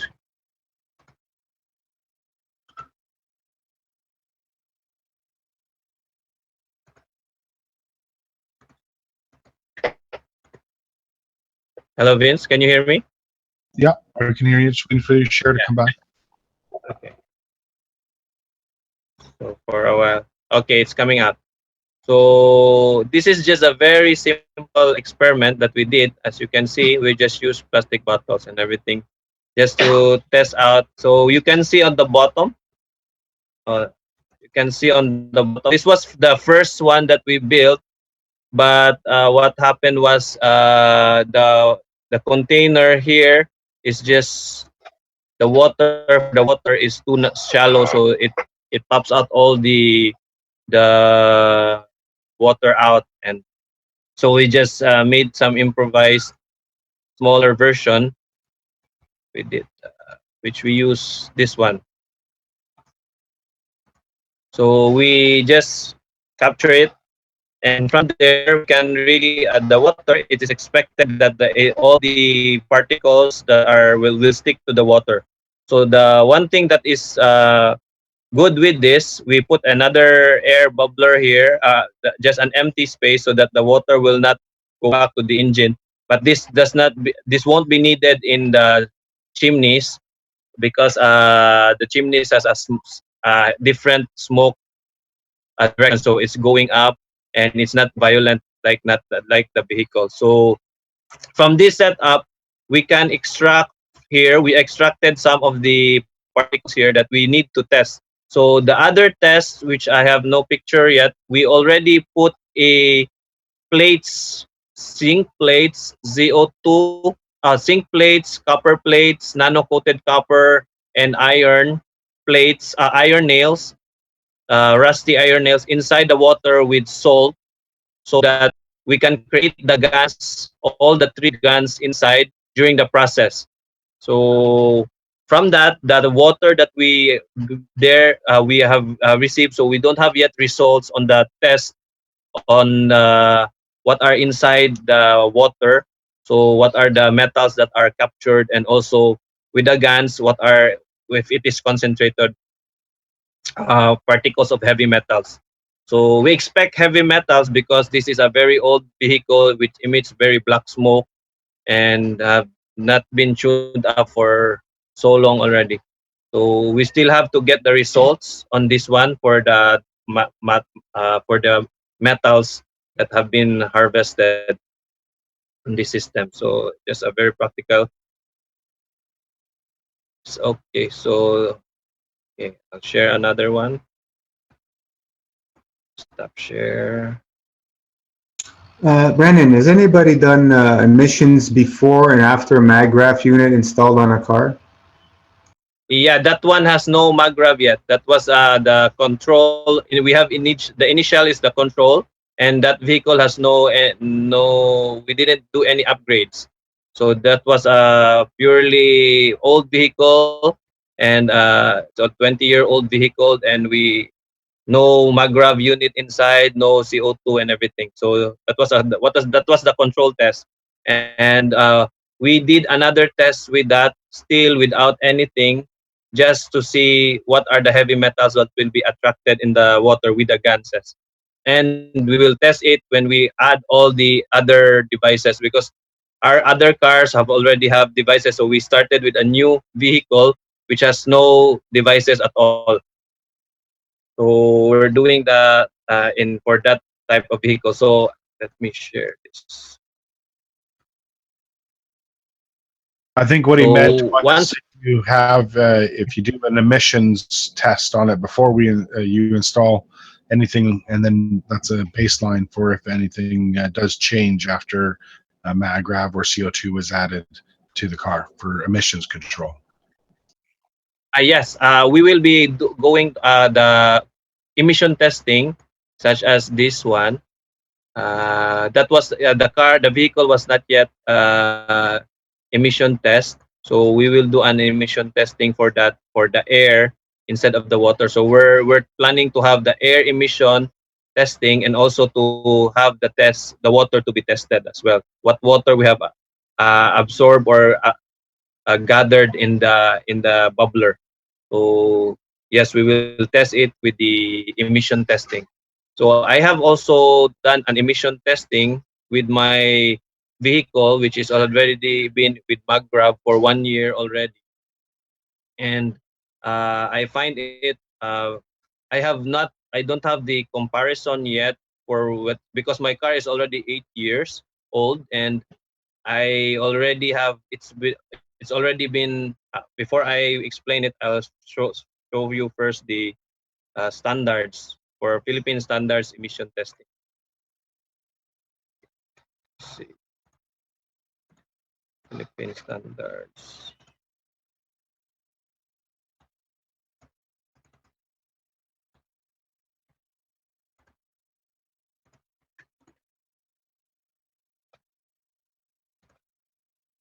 So the emission standards here I am comparing is for the in use vehicles for, and I have my results, and I compared the standards with my results, because long before I've already had a problem with my car, but after a year of testing, I can show you the.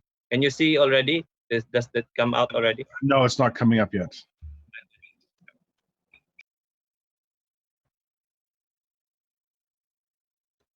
Okay, coming up.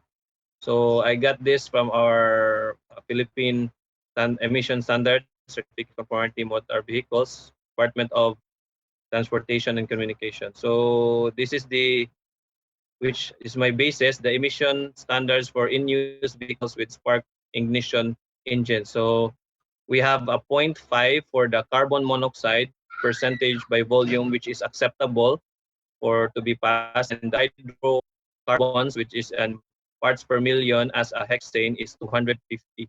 So this is my category 0.5. These are the previous year's standard. So this is already the new standard. They have reduced it to very 0.5 instead of a 3.5. So it's becoming the standard is becoming strict.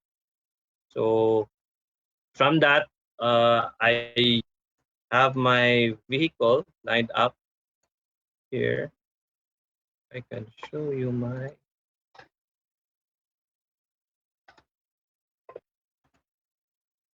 0.5 and 250. I can show this.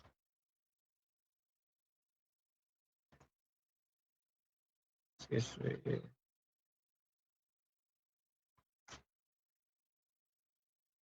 Instead of stopping the share and resharing, Renan, I'd suggest you maybe just change the share. You can do that right above the stop share. Using the new share? That's right. The new share button. Okay. That will help.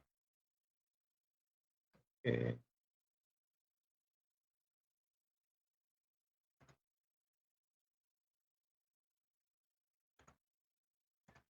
New share. Okay, so this was my emission test last March, January 8, 2016. So this has been 1 year with my MagRab. So my carbon monoxide emission, expecting a 2009 year model of vehicle, gasoline model, a sedan, uh, with a standard of 0.5. So I am only below 20% of the standard. So it's very low. With so this time, this, because I have no benchmark with I have not have a photocopy of the benchmark with last year, but I expect it should have been having a greater emission. So the whole year this has been running with a MagRab car unit, single coil only, not the 3 coil. So the single coil only that is attached to my battery, and partly a little of CO2 GANs powder on the engine. I didn't put in the gasoline. So on the engine, engine oil. So that's only one time. I only added that one time, and then so with this, the hydrocarbon is only 69, which is our average standard is 250. So it's very low and uh, very clean. So with only the MagRab car, you can really check your emissions and check it out that you will have a very cleaner emissions eventually. Just adding the CO2 guns in the engine itself, and also using the MagRab power unit. So this is the effect on it. So I'll be having another test later this month, just to check if it has reduced more, just to see, because I always only test once a year for changing of registration. So I'll test it for another time within the year, so we can compare more on the vehicle. Some of our group here also have been testing, so we're gonna compare the notes with the motorcycle emission tests. So this is what we have right. Renan, what is on the CO2 reduction compared if there was the same? The CO2, sir, they don't put any readings on the CO2. Only the CO and the hydrocarbon, the hexane. Yeah, but okay, on your CO, what would have Yes. been a normal figure? Do you have one from last year? That's what's my problems are. The copy of last year, I didn't have retrieve it. I need to retrieve it first. This is the latest one I had, but it is expected for me that my at 8-year-old car should have not passed the emission test for this type of vehicle, a gasoline vehicle that I only standardly uh, operate. So I was shocked when I tested it a year, this January, that these are the results. So I will test another one, sir, for just to confirm if this reduced already. So I'll be expecting more reduction as the years goes by. So this is a 1 year use with the MagRab power already, since I used it. No, not 1 year. It's only since August last year. Since August last year when we set it up until now, it's not yet 1 year. So less than a year setup. So that's Yeah, when but I'll be. what is important to see that figure from last year if you can retrieve it? I will get it, sir, for the other. Yeah, I will get it from the LTO. So from the land transportation, I have not made a copy of it. I was looking for it. I thought I have a copy with my office. So I asked for it and they didn't photocopy it. So this is the only data I have right now. So I can get another copy by Monday, just to test it, to compare January and Monday Yeah, I test. don't So think it'll be much difference. What is important to see the last year. okay, I'll get the last year, sir. It's on the LTO, so just to Yeah, check. if you can get the last year, then we understand a very good, what do you call it, comparison. Of actually what was before and what is now. Okay, sir. This was I will retrieve it, sir. Okay. So that's right now, and also Douglas has, I think Douglas is there. He has also made some for cleaning the air for the car as well, just to maintain, and it has achieved also reduction in the fuel. Can we have Douglas on the line? Hello, Douglas, are you there? Okay, is he not there? So I will present it for him. He had already made the presentation.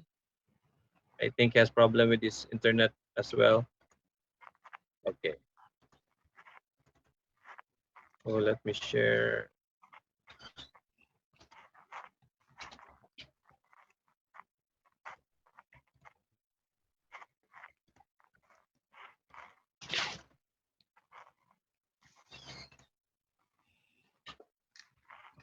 So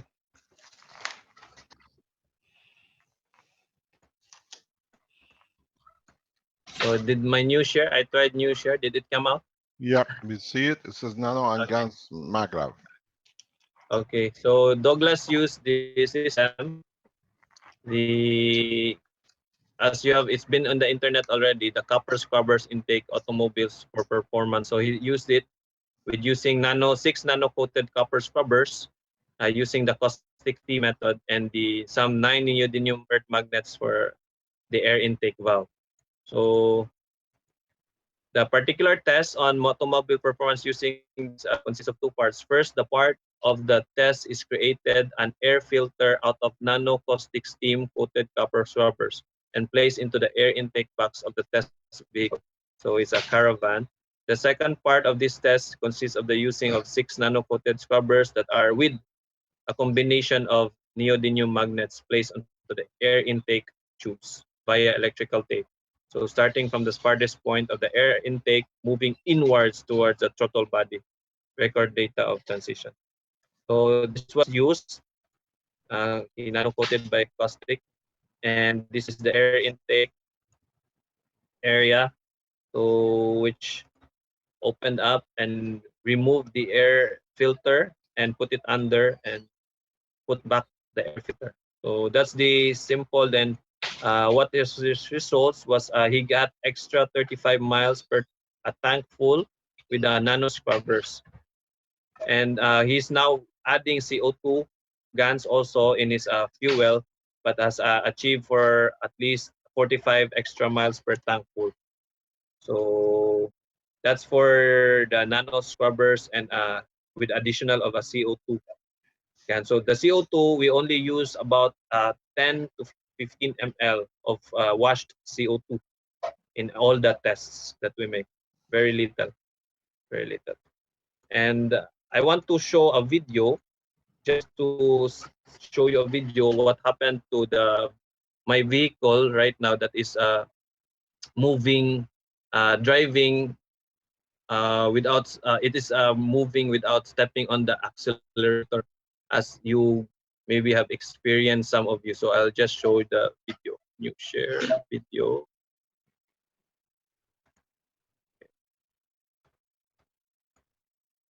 Let's see the video.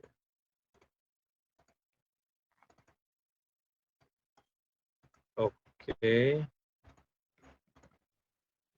Resume share.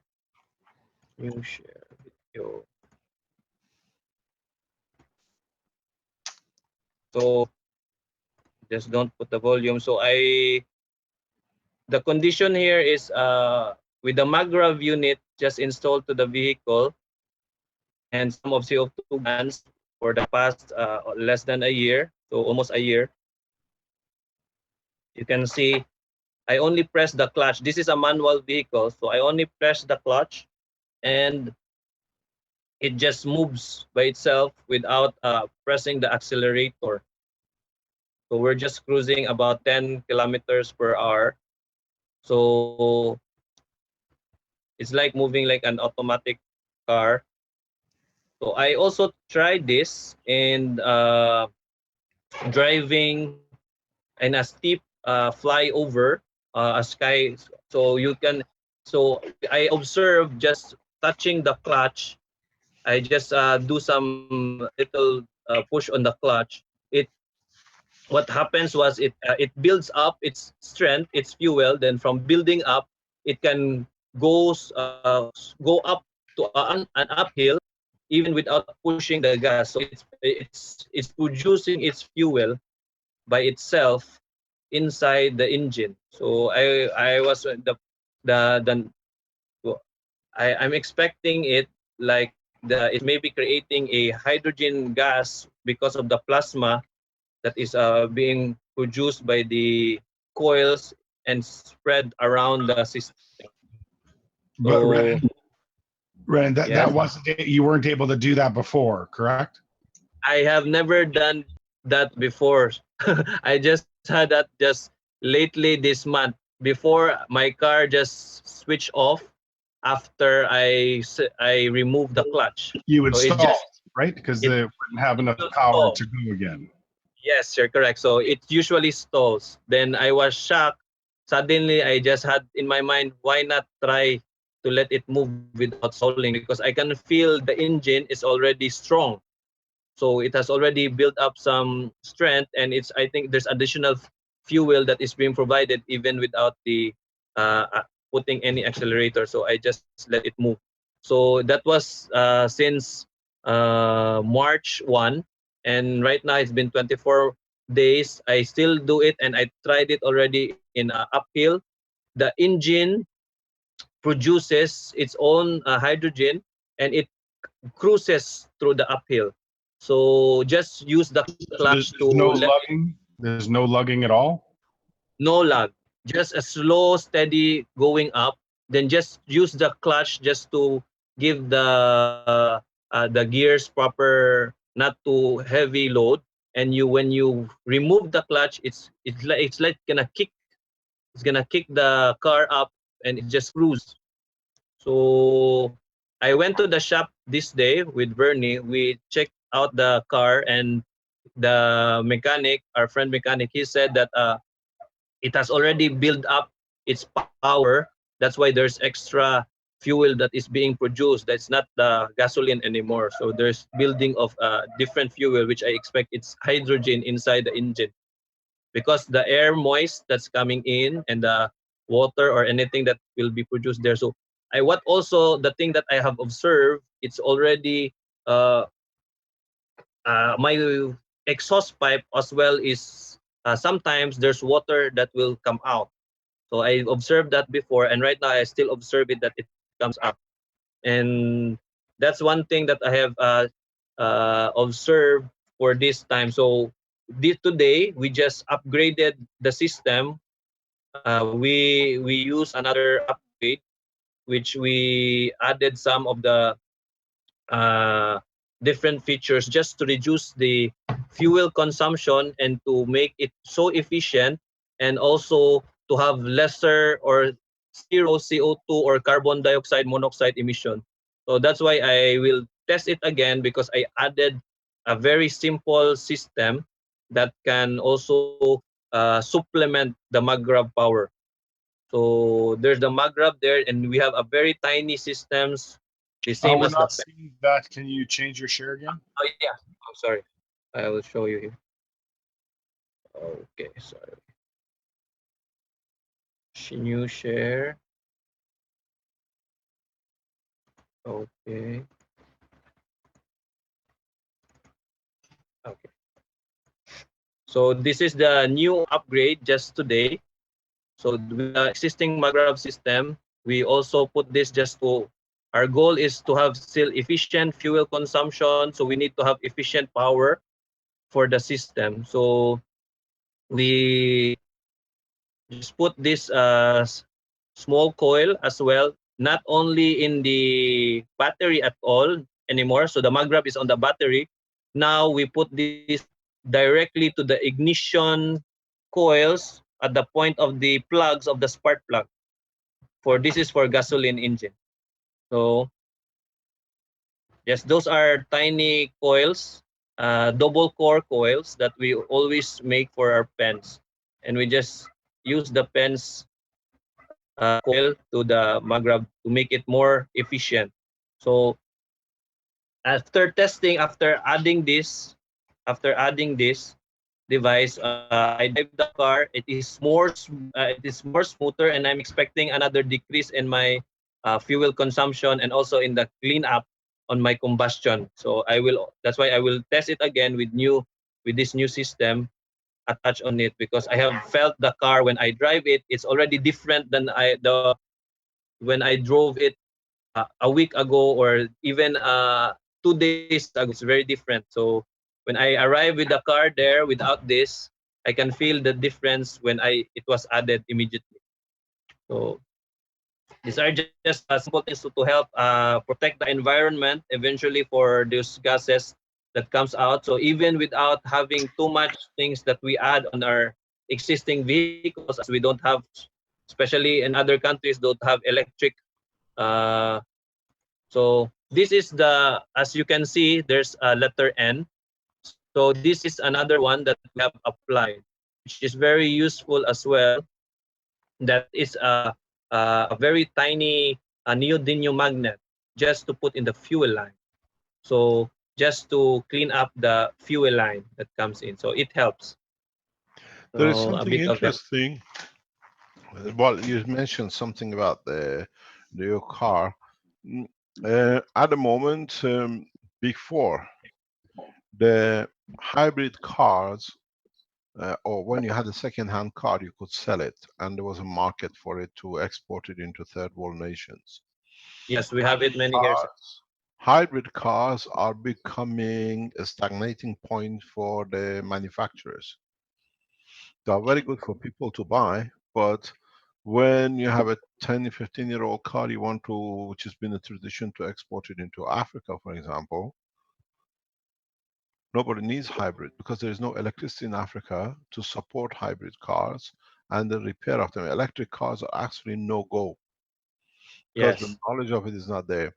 So we are seeing these kind of new technologies are what is there to be supporting it. And it's become a big problem for manufacturers now that the first generation of the hybrid cars are slowly becoming to the age to become second hand to be resold. It only can be sold within the countries which have the facility to support repair to start with. And secondly, with the electric cars are doomed cars. That's it. It cannot go anywhere else. So these kind of conversions becomes essential into the process, that if we can extend the use of the car in the third world nations, which the uses reduces consumption. How much fuel reduction have you seen compared to last year using My car already, sir, with the Magrav system, sir, I have an average of 25% with the Magrav and the CO2 with my driving, how I drive. So that's my average for my fuel consumption for the whole for the past few months that's the always 25%. So every what time is I it kilometers to you? in my kilometers, so about 27 liters, I can travel about 200 kilometers. So that's 27 liters with 200 kilometers. So 200 kilometers. How much was it before? Before is 27 liters will only drive at 160 kilometers. So you get 20, 40, you more or less get 1.5 kilometers per liter more. Yes, yes, that's the I get to the car. Then even in traffic, I still have the standard. So because I know already how to press the gas, not too much, and because it's already powerful, so it helps me really save as I go along to know the car engine. So when I drive a long drive, I can save almost 40 to 50% if I drive far 100 kilometers away and go back. So I save so much. But in the driving, so in the city driving that we have, so there's always traffic jams. So I get 25% on average. Okay. Anything else we can learn from you? That's all right now, sir. So for that, we're gonna continue to do the other decontamination processes. and some of the desalination processes. So we have Yeah. not yet get some. Okay, sir. That figure from your certificate last year is very important. If you can, let us see it next Yes, week. sir. I will get it next Okay. week. I'll get it. Thank you very Thank much. you, sir. Thank you indeed. Okay, now we come to another point of these teachings, how we're cleaning up the mess or how we're going ahead and cleaning up different processes. What I'd like to tell you or take you back is to, if you remember, a couple of years ago, we got involved, or about over a year plus, with E. coli and Ebola. A couple of years ago, when we gave the technology, the knowledge, we taught the scientists in South Sierra Leone University to build a system and then use the material of the CO2 on uh, E. coli, which was killing thousands of people, so according to the World Health Organization. When they took the system to the capital and they took it to be shown to, at that day of presentation in the presidential palace, happened to be someone from MIT, which we saw later on. MIT used the knowledge to confirm the correctness in so many different ways, but in the name of MIT. Then the equipment from the scientists in South Sierra Leone University was confiscated. And they were told they cannot carry on with the test because they showed the correctness of total eradication of Ebola. Then what they did, the scientists went back to the university and with arrangement with the other scientists and support teams, they built a second unit and they tried it on E. coli. And they cultured it, and after 24 hours, there was no E. coli. So we had an idea that the systems can be used for virus and bacteria in different ways. Then I'll bring you back to further time.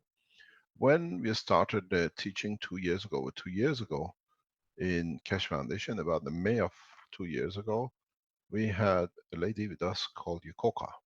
Yukoka took the technology, what we saw, the sponge brushes that we just seen for air pollution in the car, and GANS materials, and she flew to Japan because that was her home. She was concerned about the contamination from Fukushima. We published papers. She spent 3 days. Most of us stayed live while she was testing.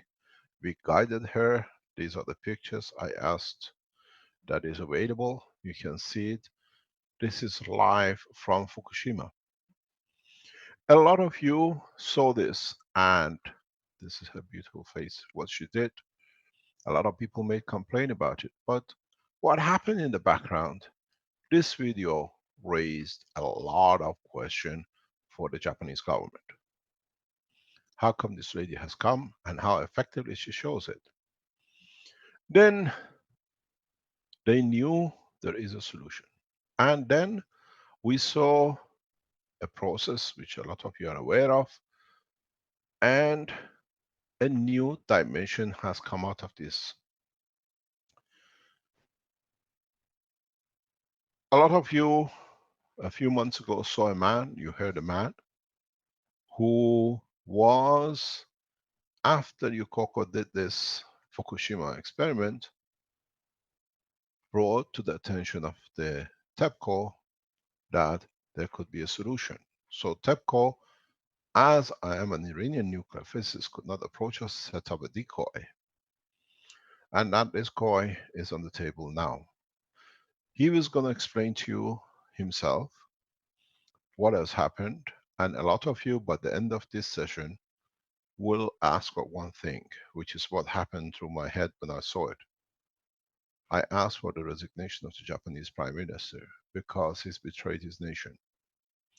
We go through it and let's see if you are correct, because a lot of you who live in America, a lot of you who live in Central Europe, a lot of you who have the possibility of being contaminated by the radioactive material, a lot of you who go to the hospitals and you are given radioactive material injection or radiation injection for different medical purposes, you do not know what's going to happen to you with the radiation in your body, how much of it comes out and what it does. We have a solution. Listen to it. Can I ask Rick if you can promote the Blue Cross, please, that he can present his. Can you see him online? Yep, I've promoted him. Okay.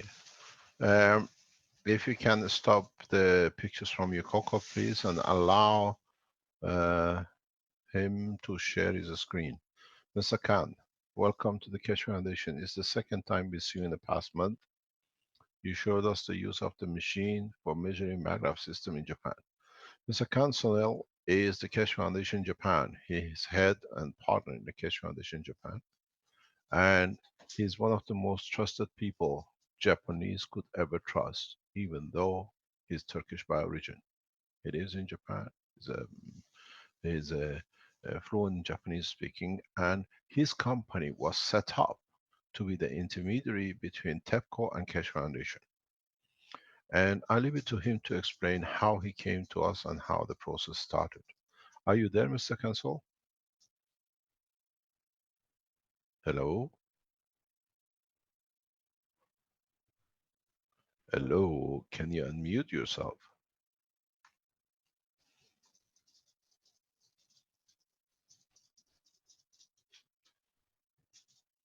He's unmuted. He should be able to speak. Can you speak? Can you hear me now? Yes, we can hear you. Can you speak a bit louder, please? Yes. And you can share your screen. Share your screen without your programs to be seen. Open up what you're going to show us first, and then share a screen, please, on the Zoom.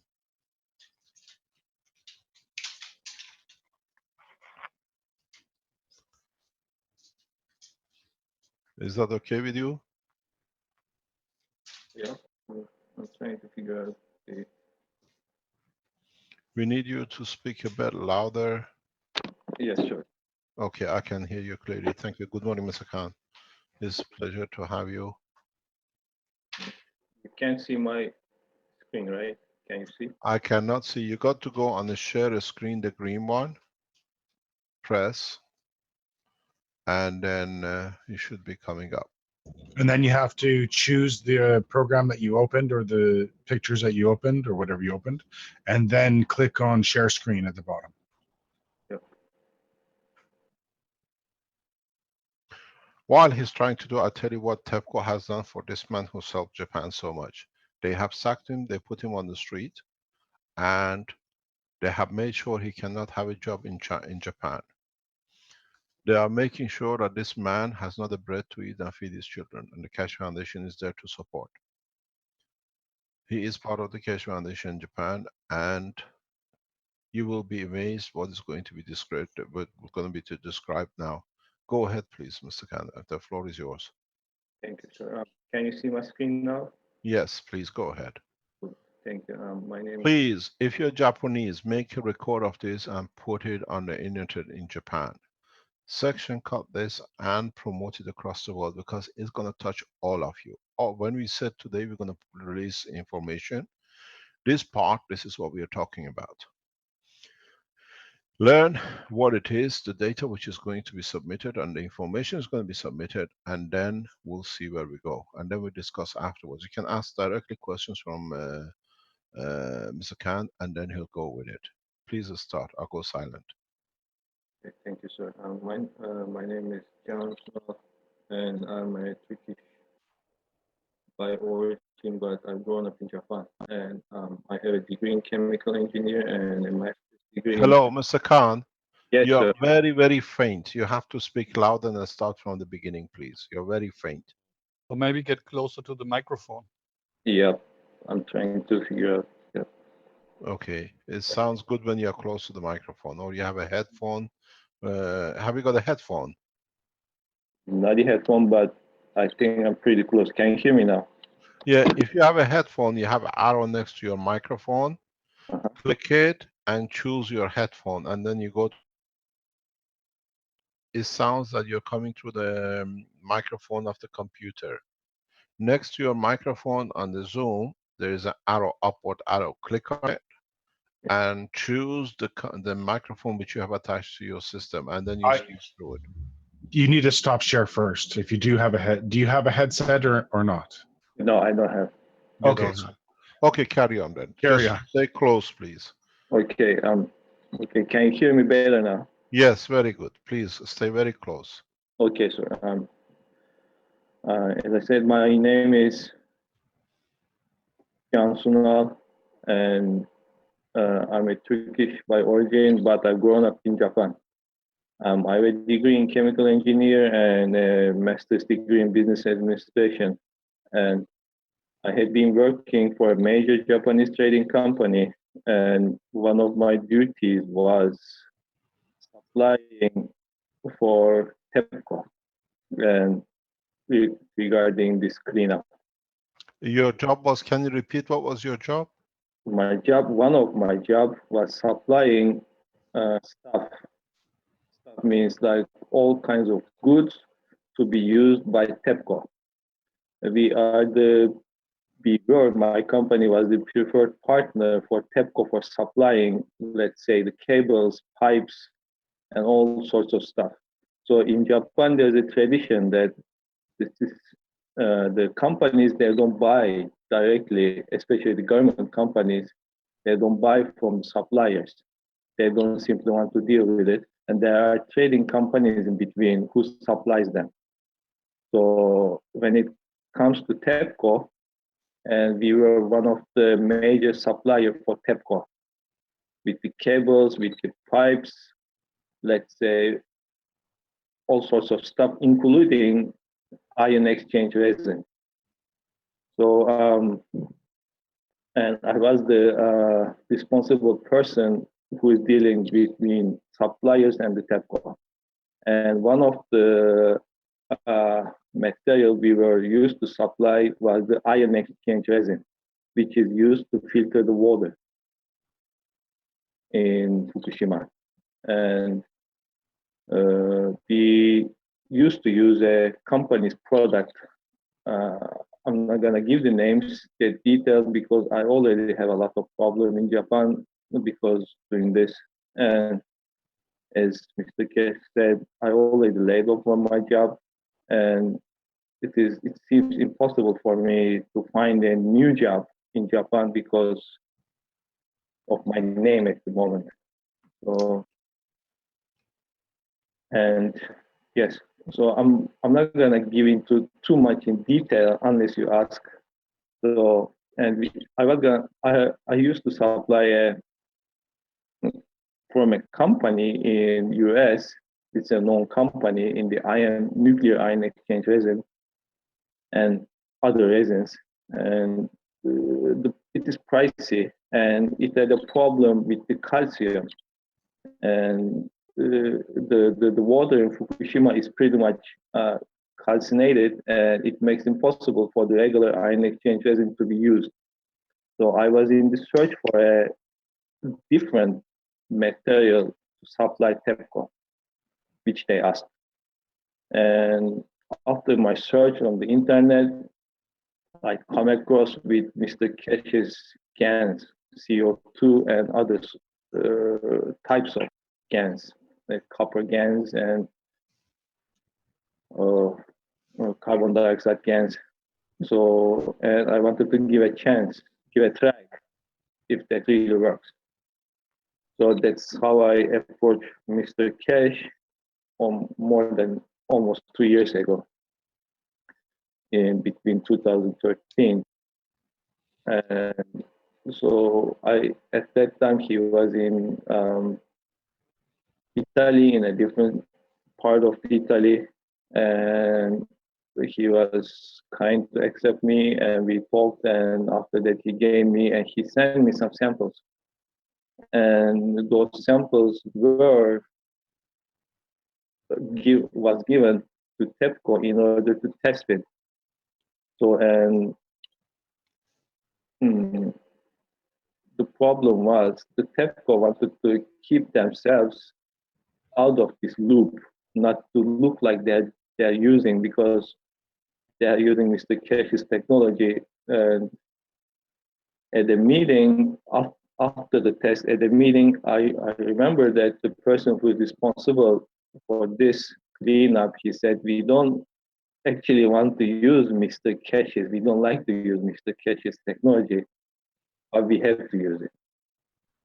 So this was their mindset. This was their approach. So they don't really want to deal with it, but they have to deal with it because they have no other choice. It looks like. Okay, so the samples were given to TEPCO, and TEPCO did various tests on them, and they asked more sample, and Mr. Kesh sent more sample, and I gave more sample, and also at that time it was an issue with the strontium and tritium mainly. So and tritium, with the tritium, Mr. Kesh also sent them another kind of a device or a setup in order to be used with the CO2 gas. And this was also supplied, and this was also tested. And then everything went well, and there is actually like various groups. In one group, which they call it cleaning up the water in the tanks, and then so they can pump into back to sea. Because simply there is no way to store them on the side or nearby, because every day, almost like depending on the day, almost like 200 or 300 tons of water, highly contaminated water, is pumped in and pumped out from the reactors and cannot be pumped into sea and cannot be stored easily. It's a lot of water every day. So, and I think the tests all went well as I was informed, but there was such a strict procedures, including a big NDA, non-disclosure agreement. Most of them, probably who's in the business, know what is NDA. And we cannot really, at that time, still, we cannot really expose that we are giving the suppliers, because it is a strict rule that we cannot tell to our supplier that we are supplying to Fukushima. It concerns Mr. Kesh, it concerns the other companies. So it's a government procedure, it's a government security, it's a government-related job. So as a trading company, we are buying, but we are not telling the buyer that we are supplying to TEPCO, we are giving to TEPCO. If TEPCO has a problem with the part or with the material, TEPCO giving the claim to us, and we give claim to the supplier without telling who is using it. So this is what the trading company does actually in Japan. So, and yes, under strict NDA conditions, we were told that the test all went well, and there was two gentlemen who were supposed to visit Mr. Kesh in Italy, and it was all scheduled. And then at the last moment, something happened. So we got a big problem. Somehow, we were told that I myself told Mr. Kesh that I'm supplying the stuff to TEPCO. So it wasn't supposed to be told to Mr. Kesh officially. So, and then this was the problem. You got to realize, let me give you a piece of information. You got to realize when you have a man who comes from Japan and we send directly shipment into Tokyo, and we are directly speaking about nuclear contamination, it can't be any about TEPCO. So it was, as we are so intelligent, we understand the nuclear technology, it was obvious that Mr. Khan was a supplier into TEPCO. You don't need to put two, it doesn't take much of an intelligence to put two and two together. And this is what TEPCO could not understand. They assume that everybody is stupid. And that's where the problem came. It wasn't that it was disclosed to us, but it was that we knew, because it was obvious. There's only one nuclear accident, one people who have a radiation problem, and how come we are literally sending, if you remember Mr. Khan, we were sending the CO2 as talcum powder solution. in one of the DHL. The Americans allowed it to be shipped out, if you remember. Yes, exactly. Because the Americans were controlling in what we were sending out. A lot of it went through Los Angeles out to Tokyo, if I'm correct. Yes, sir. And in a couple of instances, especially when we came to Stratenham, we shipped directly into Japan for TEPCO. We have all the DHL papers. We have all the Federal Express papers, what we have shipped, where we have shipped. So carry on, please. Yes, sir. Yeah, there was various issues regarding shipment, but somehow it worked.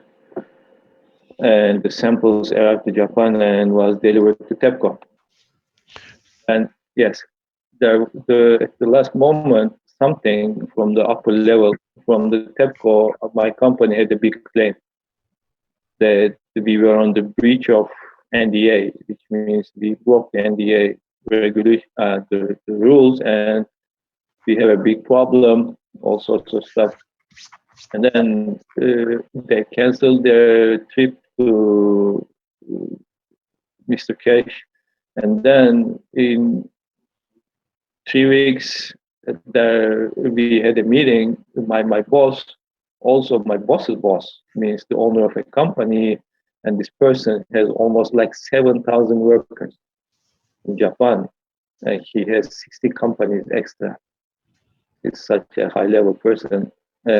He had a meeting with TEPCO, and the outcome of the meeting that yes, my company, which he owns, means one of the 60 companies he owns, we broke the rules. And it was obvious that we did, and somebody has to pay for it. So, and then I was the black sheep at that time who has to pay for it, and I had to resign. And then after 2 months, my boss had to resign as well. He was 64 at that time. He was close to retirement. He didn't mind resigning that much also, but it wasn't a good thing anyway. His life is okay, although my life got crippled like this at my young age. So the problem is after everything happened and I sat down and thought about it, what has happened, it looks like I remember what the guy said, the director at that time. We don't want to deal with Mr. Keshe, but we have to deal with Mr. Keshe. So, and it looks like his technology is pretty much open, very much open, and you can even make a GANs in a simple method.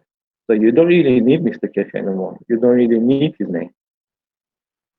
So, and as a Japanese, especially dealing with a person who is really critical of the United States, which the US government, which I'm going to show you now, is very much involved with the cleaning up of Fukushima. And so they don't want to deal with the Iranian person who's a critic of US and providing the biggest solution, most wanted solution to Fukushima, which nobody could at that point. So they wanted to cut him off. And they found some gap that we broke the NDA, and this was the reason. And then I got scrapped out from the company, and they're all clean, and I am the one who's in fault, although they kind of stole the information from us and used for themselves. So that was the situation. And then now these are all past and gone, and so they didn't promote Mr. Keshe as the let's say the person who really helped the Fukushima cleanup. And right now the Fukushima cleanup is more or less, I'm gonna show you now, they can pump the water into the sea starting from 2015, and it looks like they have no issue with the water. So Mr. Keshe actually is the person, and the technology is being used by TEPCO at this point, but he's not credited for this due to, I think, like high-level political issues. So, and let me. Can you all see my screen? Yes, we see the cleanup of Fukushima and Keshe. This is the beginning, the cover of the presentation. I made a simple one, and so yeah, this was this December 2012, and a big wave hit to the reactor there, and the reactor exploded, and this is a pretty much known picture that everybody knows. So, and this was the situation in 2011. Okay, they had 4 reactors there. It is 1, 2, 3, and 4. Okay, the fourth reactor, it didn't contain any reactor itself, but it was stored the excess fuel from the reactor number 1, 2, and 3. Okay, and this is the seaside, and this is how the waves hit from sea to the reactor. And at that time, after this big wave, this is what the situation is. So in reactor 1, as it says, the uranium is partly melted. So, and this is the reactor. And those are the water storage tank. Those tanks are used to get the water from the sea, supply to the reactor. They clean up the water. They cool down the reactor, and they have this is a facility which cleans up the water itself. The little bit contaminated water under conventional means, which is not highly contaminated, and pump it back to the sea. It's a pretty much common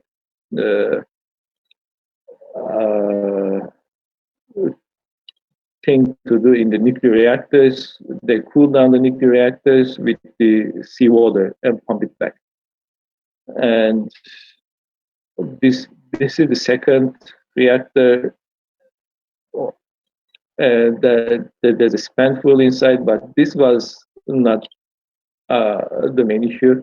And the main issue was the third reactor, and it was fully, not partly like number 1, it was fully destroyed, and there was a meltdown, and all of the around this area, especially here, number 3 and number 4 was not accessible to human by any means in order to go inside and figure out what had happened. Okay, this is the situation.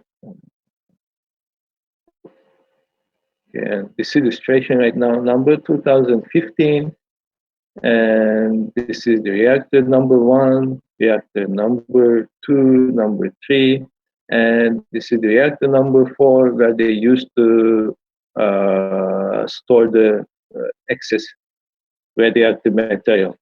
So, and this is where they get into.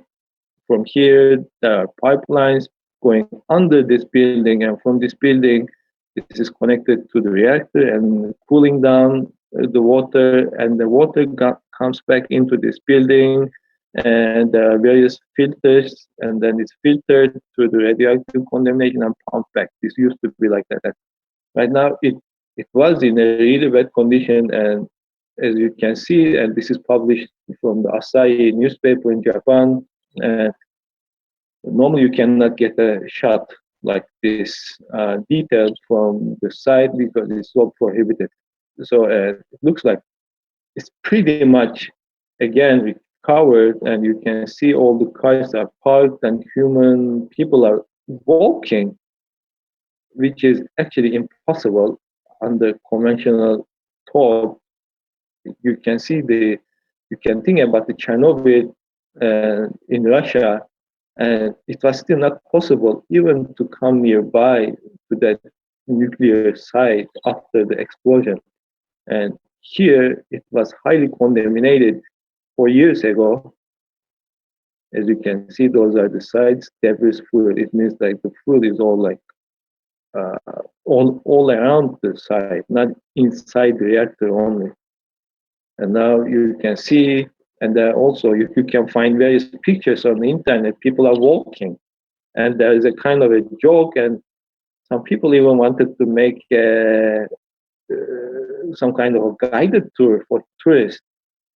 They call it black tourism, in order to for the regular people to visit the Fukushima site. So it is that much safe at the moment. But what kind of a technology do they have, and they can clean up that nuclear site which was heavily polluted in less than 4 years? And until 2013, they couldn't do anything. And 2013, nothing could be done. Even the robots, they went into the nuclear site, got fried up with the radiation. Even the robot couldn't work, not even the human. And then after 2005, after 2005, 2006, 2014, something has happened. Something has happened, and You mean 2013-14? 2014, actually, the person who I was dealing with, the head of the director, died from the cancer. And then things has changed, and 2014, yes, I start supplying your material. So Can you repeat that, please? okay, 2013, the director of Fukushima cleanup has died from cancer. Of too much radiation. Yes, but they don't say that. They say he was a heavy smoker, and that's why he died out of cancer. This is what the official explanation is.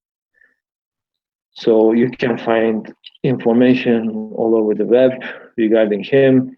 So yes, he died, and after he died, he was a very secular guy. He belonged to a tradition where the old Japanese belonged to, and he didn't really try anything out of the Japan. So they were trying to do it within the Japan, within the Japanese technology, not too much getting out of help from the outside. So they wanted to keep it very secret what they're doing. The situation was really bad. The situation is really bad. Tokyo is almost like 250 kilometers far, and especially the reactor 4 is full of nuclear rods, and it can explode. And so, if that exploded, luckily it didn't happen. Not even Tokyo, the north of the Japan, including Tokyo, all the way to Osaka, would be contaminated, and nobody could even like get in. Such a big situation, and even that was not told to the public.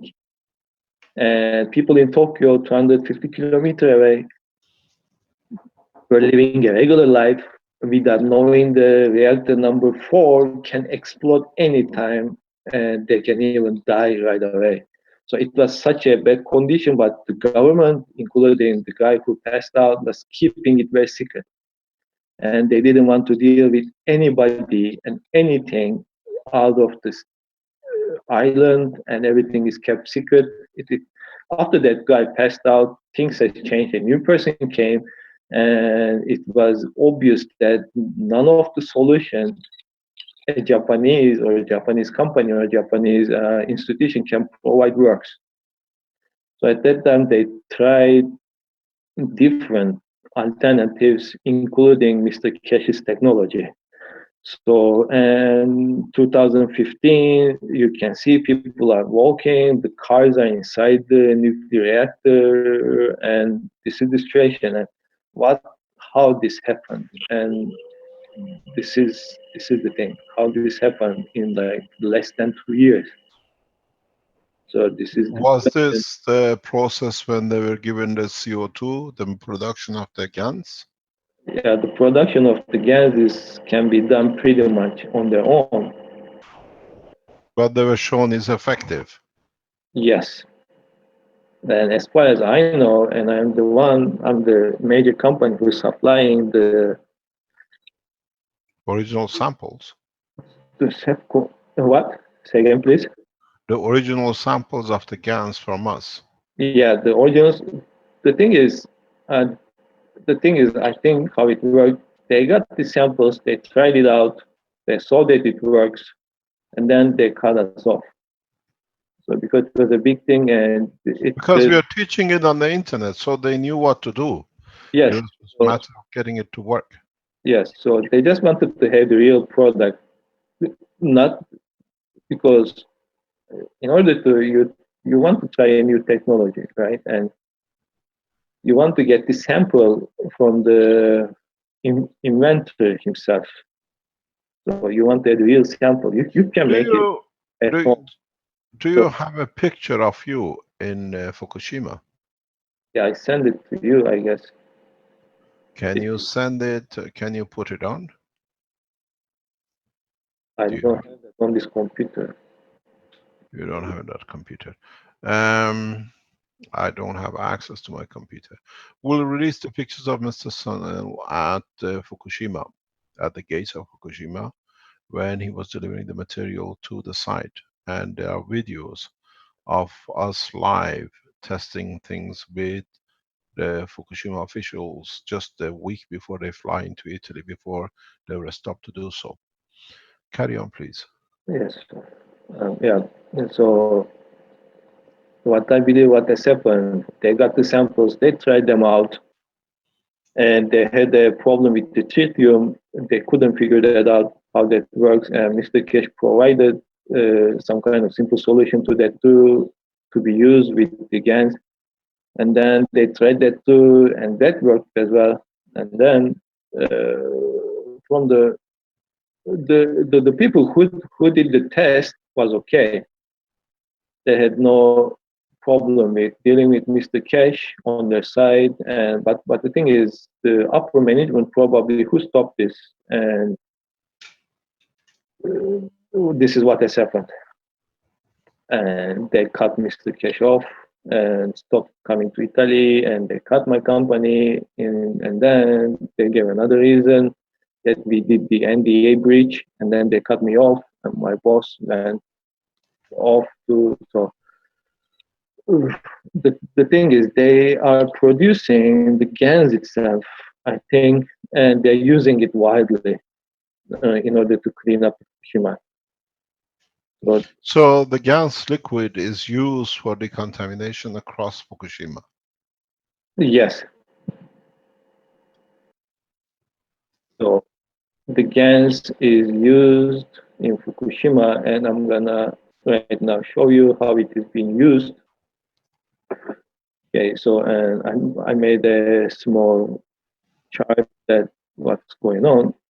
In the Fukushima nuclear site, from the contaminated water, you can find the major contaminants is like iodine, beryllium, cesium, strontium, and plutonium as well. And iodine is pretty much easy. The technology has been there almost like 60 years, cleanup of iodine from the contaminated water.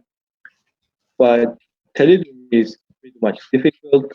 Cesium is difficult. Strontium 90 is almost impossible. It's highly difficult. This is what actually the TEPCO was really got stagnant with. And the level of tritium, which I didn't write it here, because the tritium, that it doesn't have a half-life that long. It can be stored, and after, let's say, 12 years, all the radiation is almost gone, and you can pump into the sea. But the problem is, how can you store let's say, the minimum 200 pounds of highly contaminated water on the site for 12 years? It makes no sense. It makes a huge amount of setup, which is impossible. There's no place to set up to store that much of water. So, okay, so since 2011, that site is producing 200 to 300 tons of highly contaminated water from the reactors, mostly number 3 and number 1. And then 2015, TEPCO started releasing 850 tons of low radioactive water into the ocean daily. So, and under conventional technology, normally you can filter a few hundred liters of highly contaminated water, not even tons. This is pretty much expensive and hard. So, and then the question is, it says, does TEPCO unlawfully, without telling the international community, releasing the highly contaminated water into the ocean, which is not impossible because if you release a highly contaminated water in Pacific from Japan, you can measure it in US, or you can on the other side of the ocean, or you can measure it pretty much easily that highly contaminated water is being dumped. So they cannot do that. So they have some kind of efficient technology in TEPCO, which is not being released. If it is being released, it would be on the internet, and some scientists would publish papers, at least, or getting the claim on We them. have already published the papers. They know what it is. Yes. This is the strange thing about it. You already released the knowledge. Yes. So, and they have something that they are using, but it is not clear that they don't admit that they are using. So, but there wasn't there before we send them the solution for a stratinum, because immediately within a month they announced they have cleaned up all the stratinum. Yes. Yes, strontium was a big issue, and they had no solution for strontium. So, and after you send them the samples, all of a sudden they have a magic solution for the strontium, and then they start releasing water into the ocean. So this is a strange thing. Okay, anyway, this is how the ion exchange resin works here, and ion exchange resin means it's kind of a filter. It is a 2 or 3. It's a 2 or 3 steps of filtering, and which is some sorts of filter material are being used. It is similar to what most of the people are using at their home. It is like consists of some, let's say, clay or other ion exchange resin, all in like in the layers. They filter the water, and the highly contaminated radioactive particles are trapped into the ion exchange resin, and then the water is cleaned in that way. It's pretty much, the logic is simple, but the exchange resin, the filter they use itself, which can absorb the radioactive material on themselves, is a pretty much difficult technology. So yes.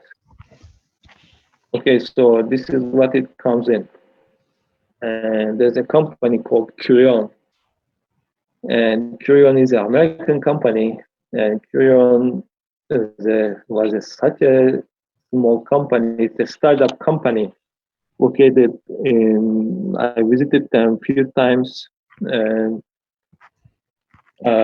they had a location. They still have a location in Hawaii, Los Angeles, and they had the actual testing center in Seattle, in America. So, and yes, I have the business cards of all the people I talked to. I can show you. And yes, this was such a small company. And all of a sudden, this small company became the key supplier for the key, not even the, became the key company who was chosen by the Japanese government in order to clean up the Fukushima, the water, the highly contaminated water. And it's such a small company. Why this company is granted from the Japanese government, it is very unlikely. First of all, it is a US company, and it's a small company. It's a startup company, and they have no technology, no nothing in their hand which they can promote themselves as the major cleaning up company of Fukushima, which is almost seems really difficult. Let me Besides, explain. Let me explain to you. Mitsubishi or Toshiba or other companies were not branded. Let me explain to you. Let me explain something for those who don't know. Fukushima plant was sold by the American companies to Mitsubishi and Toshiba. That they have nothing to do with with what do you call Fukushima plant. And in exchange, part of the contract is that this company was set up as a backdoor to be able to cash what the money was from the Keshe Foundation technology. You got to understand that according to the Second World War agreement, Japanese cannot do anything nuclear. They cannot even buy a gram of uranium without the American government having a say in it. So the plant was owned officially by Westinghouse and the others, sold to get rid of, but still had to have a line of earning for the American government. So this company was set up, which means they have a stranglehold on the Japanese nation totally in the nuclear industry. And without this company signing the certification of cleanup, IAEA will not allow the reactors to come into operation. In a way, this company is a backdoor to fraud, high level fraud, international fraud, in a way that the Americans keep control of the Japan nuclear industry, energy industry, and in that process, they get paid for it. So now that the technology was delivered to Japan and Westinghouse has handed over everything to what do you call it, to the Japanese, which is a normal transaction, then this company had to be set up to be able to guarantee income into United States from the investment of technology and control.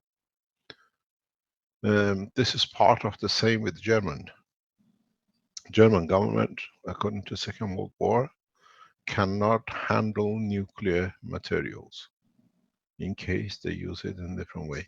So what they do, they go outside, invest in their name in nuclear industry, but under the cover of the German government. We've seen this with the, what do you call it? We've seen this with a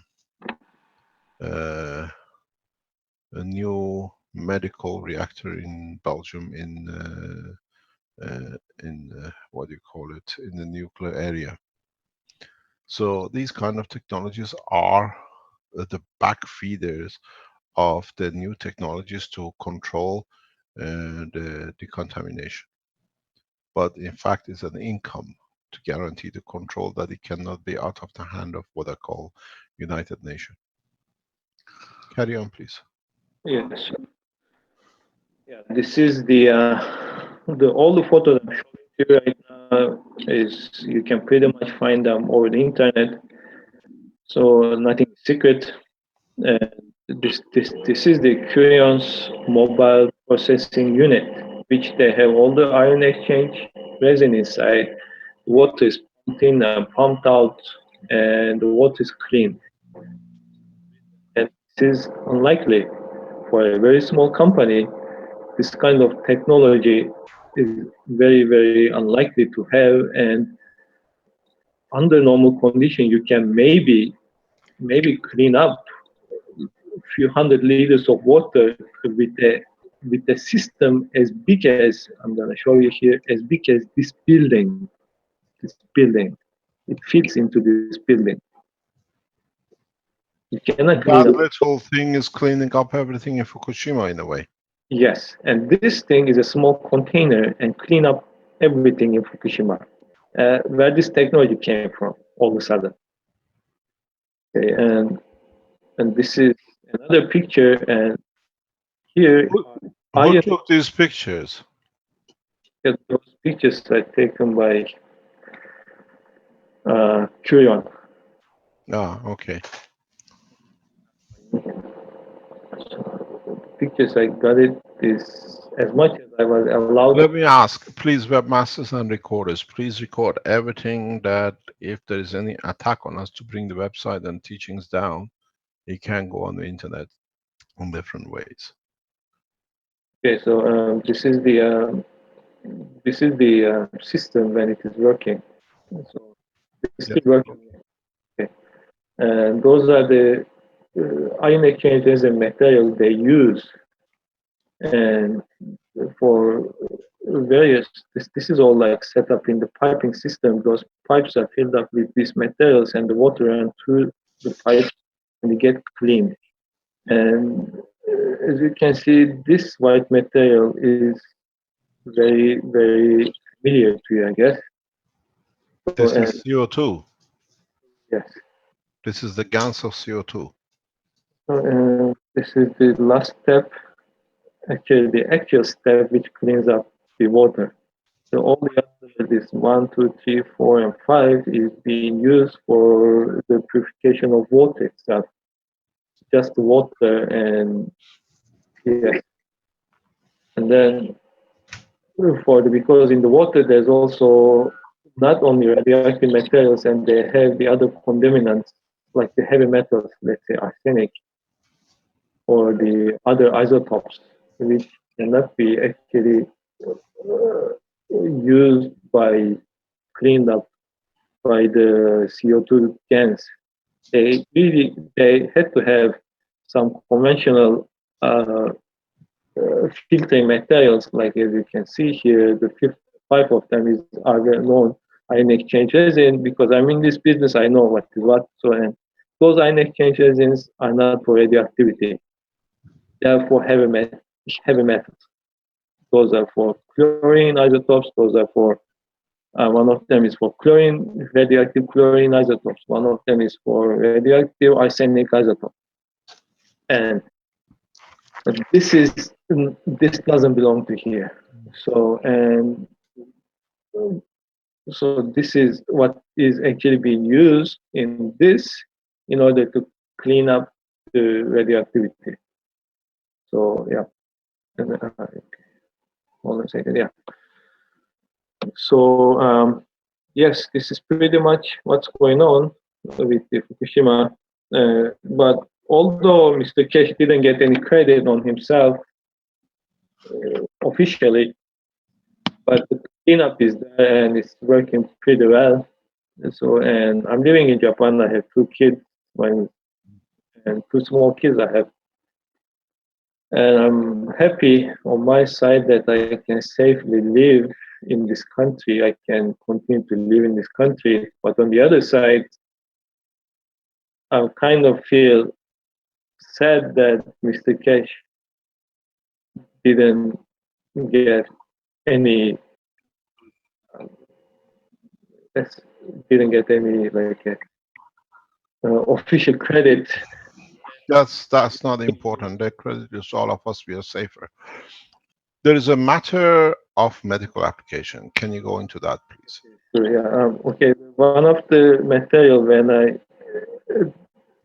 I supplied the CO2 gas and the copper gas to TEPCO, normally I said this is something that this is CO2, and they said, what is CO2? CO2 is gas, or CO2 is dry ice.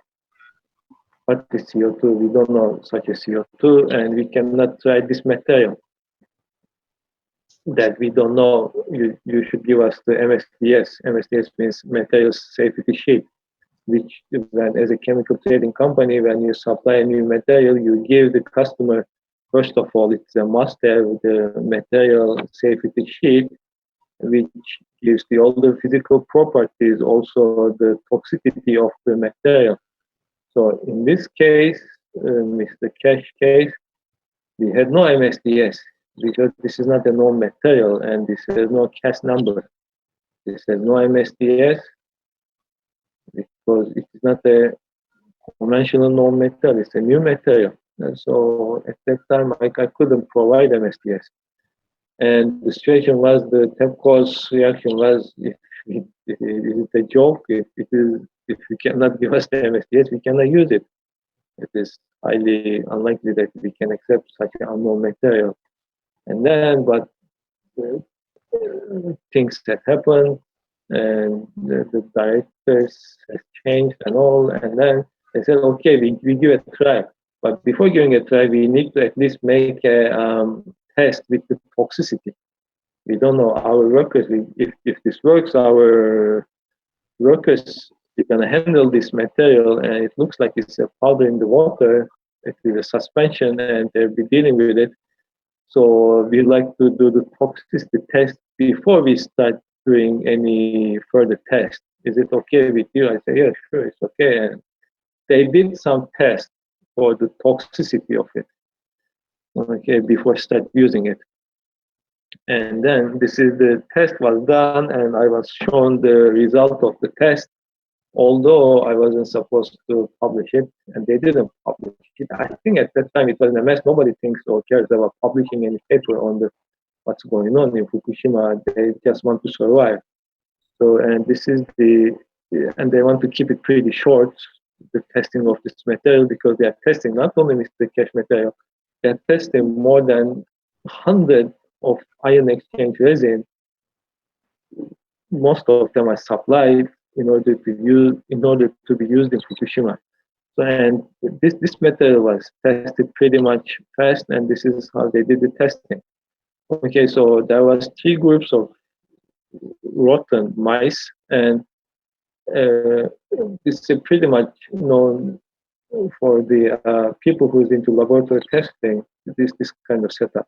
So every group had 6 mice, and there were 6 groups, and the mice, except the group number 3, all the mice was giving 100 not milli, micrograms per kilo every day, daily, and this was CO2 gas, and CO2 gas was the powder in the water was mixed with their daily diet, daily laboratory rotten diet, the mice food diet. Okay, so it means that for this, the rottens looks like they they weigh between 150 gram to 200 gram. So per mice, 20 microgram of CO2 gas was given daily in their food. So as you can see, there are 6 groups, and the first group was given only the tank water, radiation contaminated water only, this group. And the second group was fed. The radiation contaminated water means they place the water, the mice needs to drink water.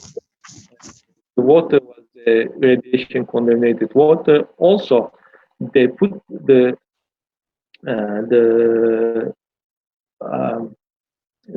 food, the laboratory food for the mice they fed is in pellets.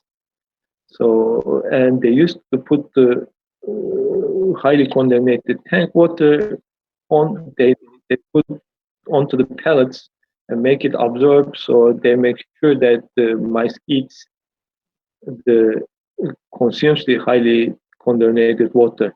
Besides, there is a water cap, there is a water cup in the setup. So if the mice wants to drink water, he can go and drink from that water. But it looks like the mice didn't touch to the water, because I don't know, because if they felt it was highly radiated, contaminated or not. Anyhow, so the water looked intact. But also they mixed the highly contaminated water with the food and fed the mice. Okay, the group was only radiation contaminated water, and the second group was those mice are fed. The first group you say at the bottom, which are given contaminated water, all died within the first week. Yes, I think they died, if I'm not mistaken. It had been more than a year. it had been almost 3 days. All the mice in 3 days, 2 or 3 days, most of the mice are died. There was only one left, and that one is survived for almost a week. And at the end of the last week, mice also died. So it's not actually all mice that died. They all died much earlier, but the last one survived the week, so that's why I wrote the week. Just the week.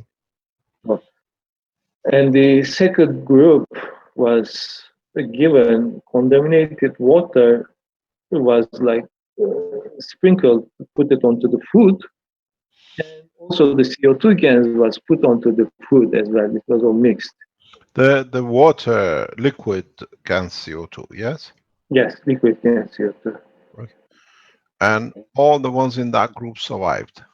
All that group has survived. Okay, and actually the third group, I'm sorry, I made a mistake here. This is 1, 2, and this is the third group. Third group, actually, this was supposed to be done actually, and the third group was only CO2 gas, and it was giving 5 milligram per kilo, and they wanted to check this is the actual reason why they started. This was supposed to be the actual reason why they started doing this test, as they told me the toxicity of the material. And this is the toxicity, and they gave 5 milligram, not 100 microgram, 5 milligram per kilo, and they tested on the 6 mice, and they try to figure out if there's any toxicity on the mice, if the mice is dying or something, or any other adverse effects. Nothing is observed, and yes, and then this is the sixth group, is the control group, which was giving nothing. It's a control group, so everybody knows. So, in fact, the CO2 gas is not toxic material at all. Not at all. Even this is these two major points. We come back to this later on. So, what we understand, we can use gas of CO2 in condition of the radiation contamination for waters. You can add CO2 into the water when you're in the nuclear disaster condition, and that water which you drink from the gas can decontaminate your body from radiation. Or you can, a minute amount of gas has been digested by the animals, shows radiation contamination, none, and you'll survive. These are important. This is what we call this teaching of today important for a lot of us. Secondly, there's been a lot of concern about the toxicity of the CO2, if it's dangerous. Now we have it from TEPCO. It's not toxic at all. He'll explain to you later on how the test was done. Okay, go to group 4, please. Okay, after that, there was another group. So, and this group consists of the mice, which was on purposely got sick, was given virus, influenza virus, and the fourth group was the influenza group, and this group was given CO2 gas. This has nothing to do with radioactivity, and it was just, for some reason, it was just given the infected mice and CO2. And group 5 was the infected mice plus just the infected mice, nothing. So with influenza. With influenza, yes. Okay. So group 5 is survived. Group 5 is survived, but there was no improvement with the infection. So, and the group 4 also survived, but the infection has disappeared. So it looks like the CO2 gas is somehow working on with the virus. Yes, because influenza is a virus, and that's what we said. This technology is best for a space. In a space, we don't have microbes, we have viruses, which are energy locked into proteins. And this is a clear indication. No influenza. No influenza at all. In the next few minutes, we bring back Benjamin from Ghana. I have received a text, a shocking news coming from Ghana, which repeats the process in Sierra Leone, South Africa. Sorry, in Sierra Leone South University. So what we see now is that you can use influenza. Thousands, tens of thousands of people every year die because of influenza, different shape. And this is a clear indication. No infection, no disease, no sign of influenza. Carry on, please. Okay. After the test, I was called to TEPCO again, and the TEPCO, we got a meeting that the toxicity tests are okay. There's no toxicity happened, and they will start testing it. They ask for more material, and then I ask more material from Mr. K. Anyway, the the thing is, when I see these results, and they said this is pretty much a common test which is done because they said this material, whatever you call CO2 cans or this white powder in the water, at that time they didn't know it, is absorbing. It is the ion exchange resin, and the virus, the protein cover of the virus is consists of plus, like the cations, and what they try to filter out is mostly the anions. No, cations. So anions are different ion exchanges, and they can be pretty much easy. So they say if this works for virus, this works for the because the virus is absorbing onto these GANs as far as they know, and they observe this virus is being absorbed onto GANs by the means of electrostatic force, which means that the GANs is acting like a negative. It's a magnet. Yes, and then the virus is the virus's protein cover is plus. So it is absorbing itself and inactivating the virus. This is what they thought. This is what the working mechanism is. So they say this is pretty much the same working mechanism for cleaning up, for absorbing the contaminated water, for absorbing the isotopes from the contaminated water. Let me add to the knowledge a little bit here. You got to realize why they changed, why they tested influenza. Most of the workers in TEPCO work in the sea level, cold winter, and they all get sick with influenza. That's why was to see if the CO2, if the workers in the radiation centers come in touch with CO2, would it affect, would it have a toxicity? And if they had influenza, would it make them worse? Because they are working in the huge minus temperatures in Japan in the winter time. So this is why they tested it. It was to make sure that if CO2 comes with a touch with a man who's got the influenza, what would it do? What would it have? Would it have a side effect? And they found even a solution for the influenza. This is why this was tested this way. I request one thing, and that is, if you are very clever and you understood what's on this table, you will understand what is to come after this. I let Mr. Khan finish, and then I'll give you a full explanation in how this will change the total lifestyle of us on this planet. And that's why I said today it'll be a revolution. Today is a green or blueprint for a lot of things. Carry on, Mr. Khan. Okay, sir. Can you tell us what did they do? They dissected the animals. What was the procedure? What did they do after the animals? After they sacrificed the animals, and what was checked, the liver. The liver was checked due to toxicity, and there was no toxicity that was observed on the group B. You're cutting off. You're not very clear. Okay, sir.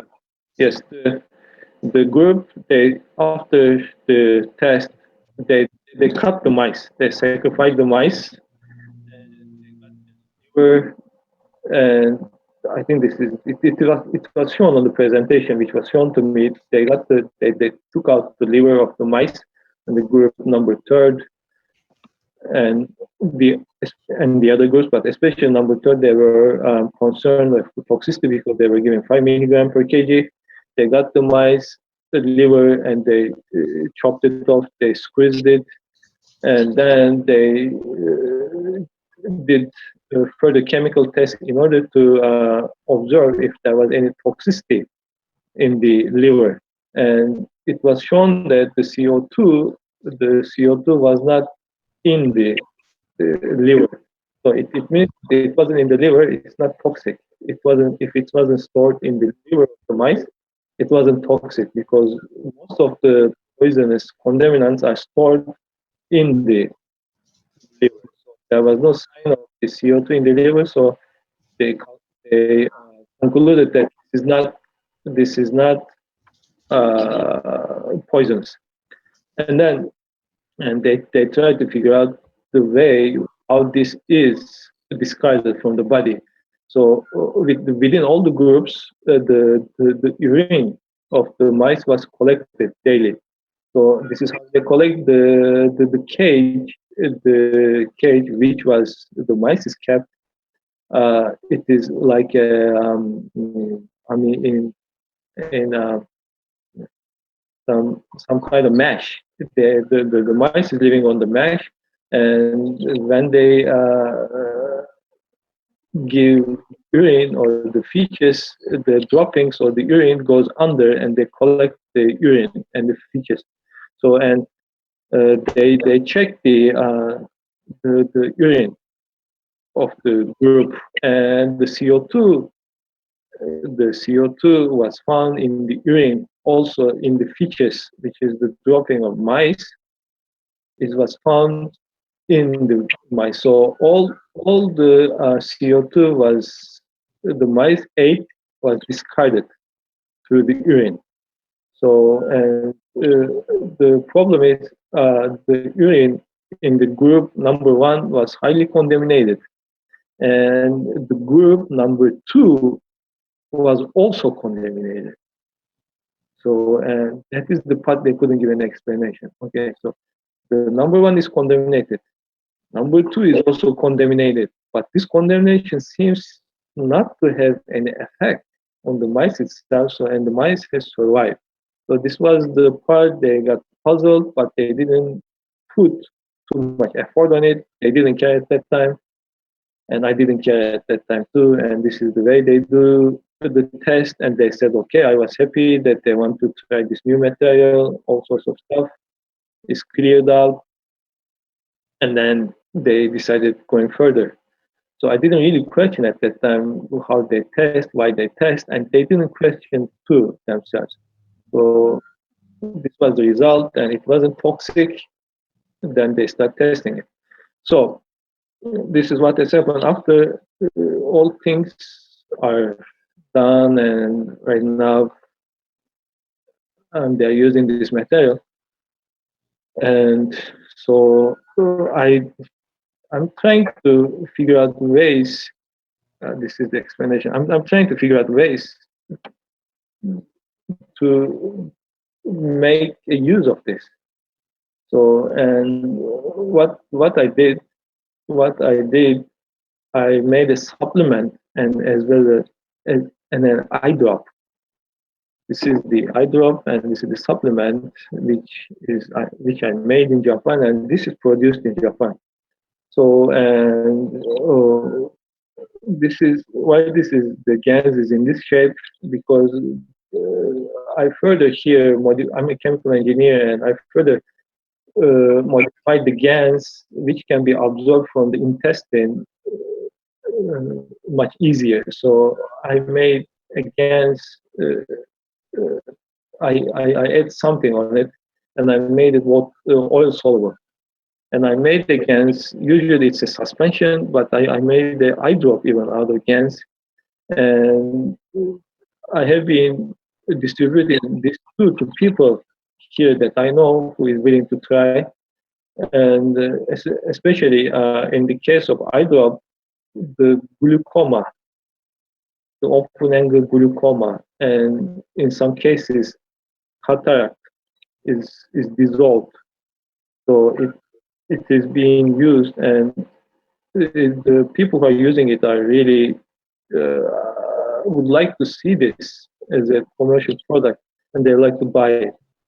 So Let me explain why you're there.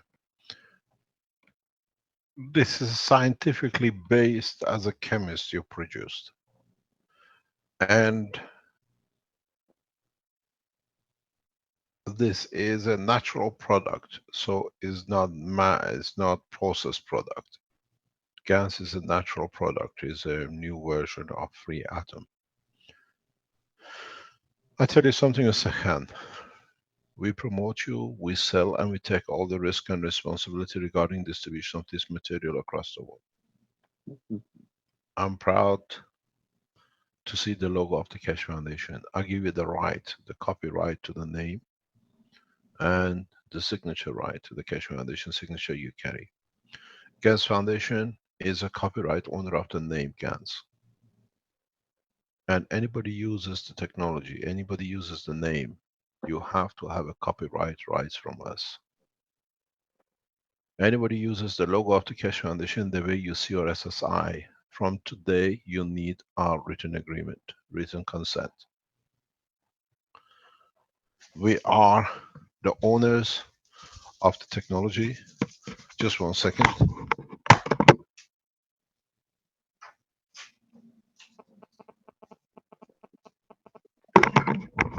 We are the copyright owners and we have the registration right owners of the name.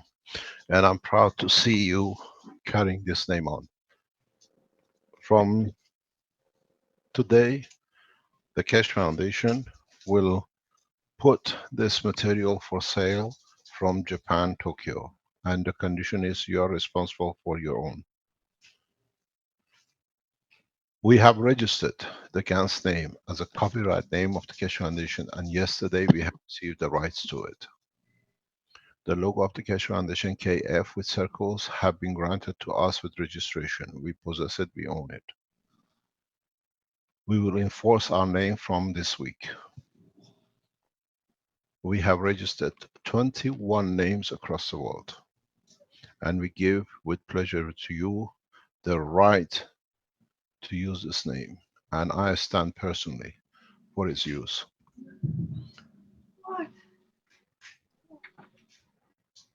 yes, so If you want to submit it for certification, any of you, any part of the world, we deliver you and give it to be certified in your own country. In the time of disaster, like in Fukushima, people who are in disaster condition, they have to have the right to save their lives. They have to have the right to be able to save their lives. They don't need a license. If you come across disaster in US due to earthquakes or whatever else, you don't wait for a government to tell you you can use a gas or you cannot do. We will provide technology that you can shower yourself through and with it.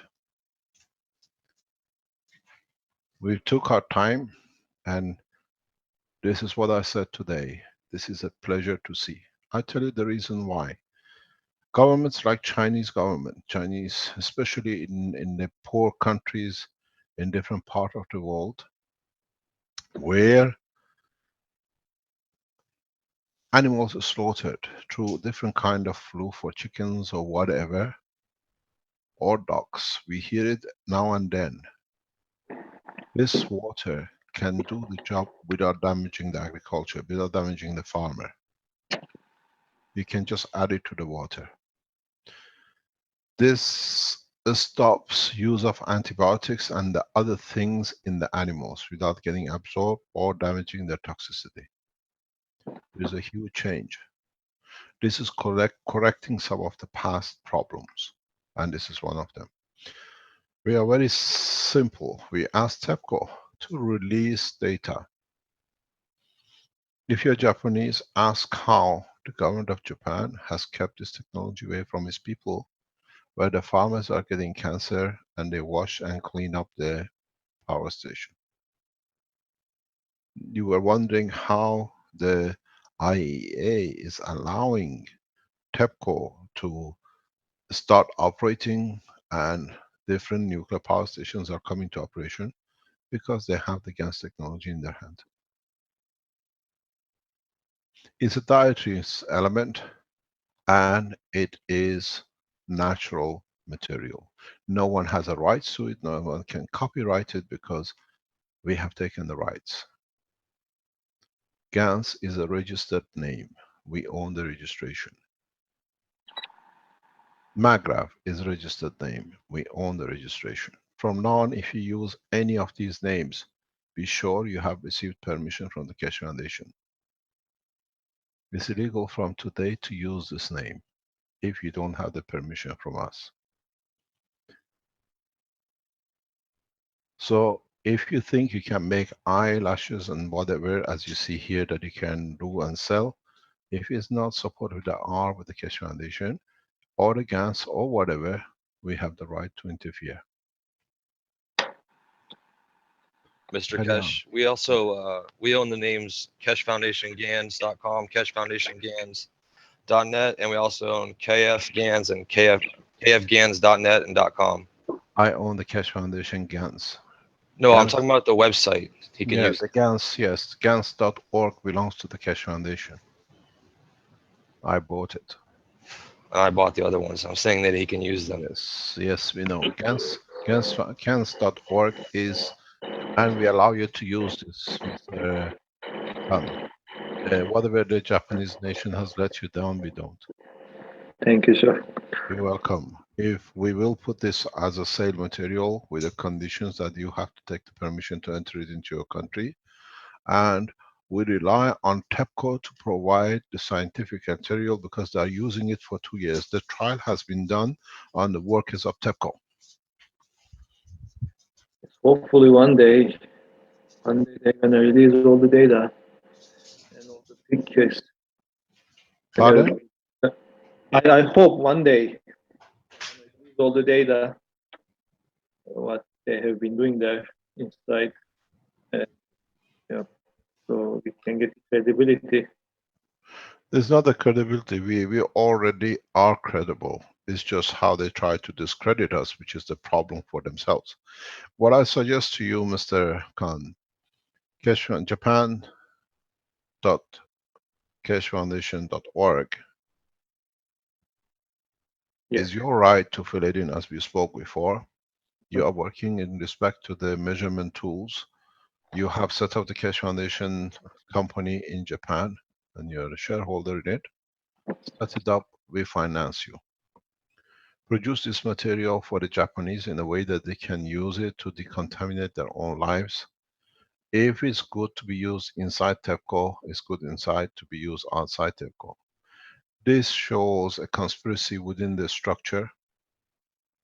Is irrelevant now that there is a solution.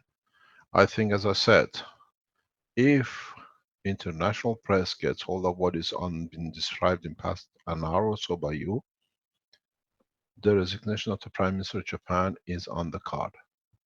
He has betrayed his nation, let them to suffer with radiation and the rest. But we leave it to international press. You try to get this section of the teaching onto the international press, and then we'll see the response.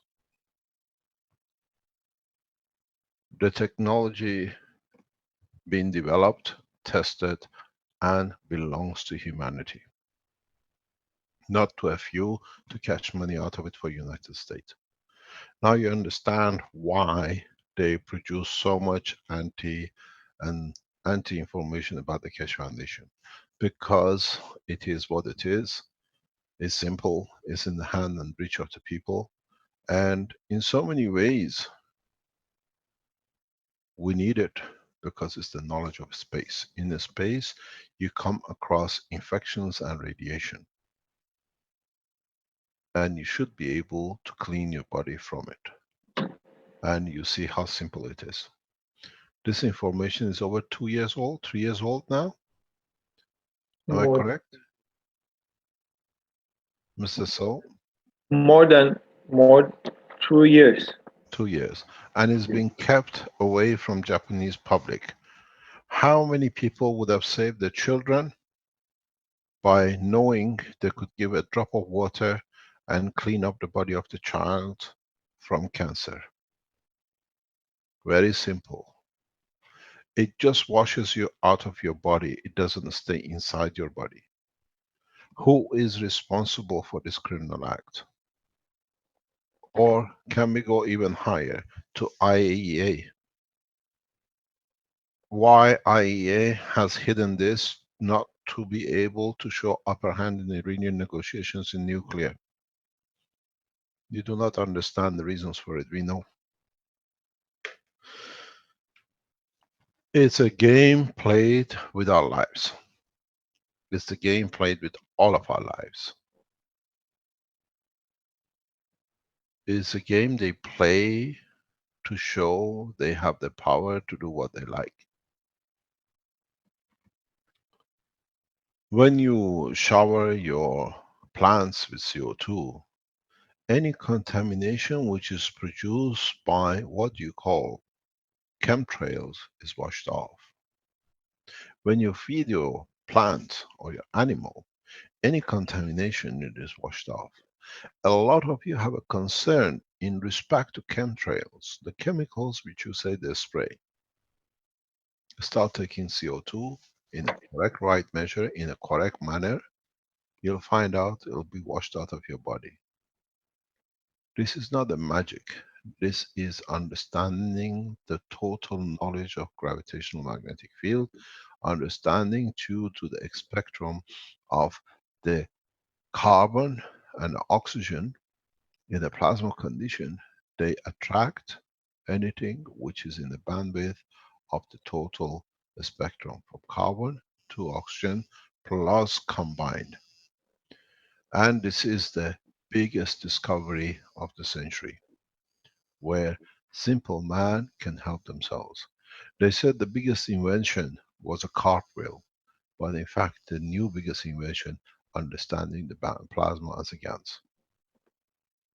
It will change a lot. It will change the life of a lot of you.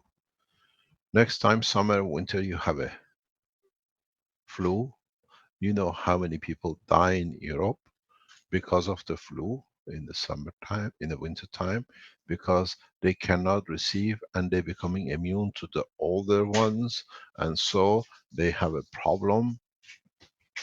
The success rate of influenza injections at the moment in Western Europe is between 20 to 30%, and every year it reduces. With this, it'll never reduce. No old man, no young child should die of influenza anymore with the development of this technology. And somebody is typing, and all you need to ask is ask TEPCO. The tests are available with TEPCO. Yes, sir. So, besides TEPCO, it's done is done and gone is gone. Yeah, So, but the thing is now we have the data, we can help the others and ourselves. yes. This is the problem. What are we going to do? This has been a very big question mark. That people were saying that TEPCO is dumping radioactive materials into the sea. They're not dumping any radioactive material into the oceans. It happened. Now they use the gas material to dump because they absorb the radiation. In fact, there is no difference between this and that one. Let me go through something. It's very important. Please stay online. I'm going to ask Mr. Khan, can you stop sharing the screen? I'm going to bring you back up. We have Benjamin from Ghana. Benjamin, can you come online, please? Okay. Just stay on standby because it's in line with what you've done. It's just literally in past 10-20 minutes the results are coming in. Okay. How can I stop this thing? Stop please sharing. Hello? Benjamin, can you come online and tell us what has come from the atomic energy? Am I online? Yes, you are. We can hear you. Hello? Yes, we Okay. can hear you. Can you tell us what you just received from the Well, Ghana Atomic Energy Authority, please? I have even sent you pictures I've seen on it. It's the coming on my Zoom. computer. It's coming on my handset. Okay. From the report from the lab, they have found significant uh, number of E. coli quantity. Okay, let me say quantity of E. coli in the untreated polluted water. And then when Non-treated. they treated with the CO, the copper oxide, the Let me number stop, has stop, reduced stop. Benjamin, significantly. Benjamin. They have Okay. found significant amount of E. coli in the water which you brought from which river? From River Pra and River of Fing. Okay. And what did you treat it with? I treated it with copper oxide. And what is the preliminary results from the lab? The primary result from the lab shows that after treatment, the number dropped significantly. But according to him, it's so what do you call it early to um, give the analysis because as at now they have a power cut at the lab. So Mhm. he just as you can see some he sent me a lot of pictures, of their results, and he will like I told you before after the holidays they will be able to bring the documented evidence of their results so that it can be shared or can be published online. Yeah. So as we saw with the South Carolinian University, using a copper oxide GANs in the contaminated rivers has cleaned up the Ebola or E. coli. Yeah. So this is in line. We see this is a new health condition which is coming up. A lot of people go sick because of this. We see the report which is never published by TEPCO but is used by TEPCO. Now we see in Africa second time confirmation now by the Atomic Energy Authorities. This shines a huge credibility on two organizations, worldwide organizations. One is World Health Organization, how they deliberately silenced this in Sierra Leone. And the other one puts a huge question of credibility on IAEA, International Atomic Energy Authorities. We always had a doubt in their credibility. Now there is not much left. Now we understand why it was done and how we can use it for our benefit. As I said today, we finished with a lot of things and the cleanup has started. This is important. What is on the table, what is to be shown is and belongs to humanity, not to any of us. A man which is just, you heard his voice, he's lost his income with 2 children because an Iranian nuclear physicist could not be the man who found the solution for the biggest nuclear disaster. Shame on the nation of Japan. How the leadership allows the people to die just to protect the hypocrisy which sits in the White House. To sell arms, to kill more, to create a false enemy. Now you see none of us are each other's enemy. We work as one team. We work as one group. Openly data on the table. There's literally seconds which comes off the lab. This is how we become one nation. And this is the beauty of it. Mr. Khan keep on repeating, I've never been given the credit for what I've done. I've been given enough credit that the technology is getting used and the nation can go back into producing energy. But the only shame is why not the citizens enjoying the fruit of the discovery? Can you distribute this material in Japan on its own as it is, Mr. Khan?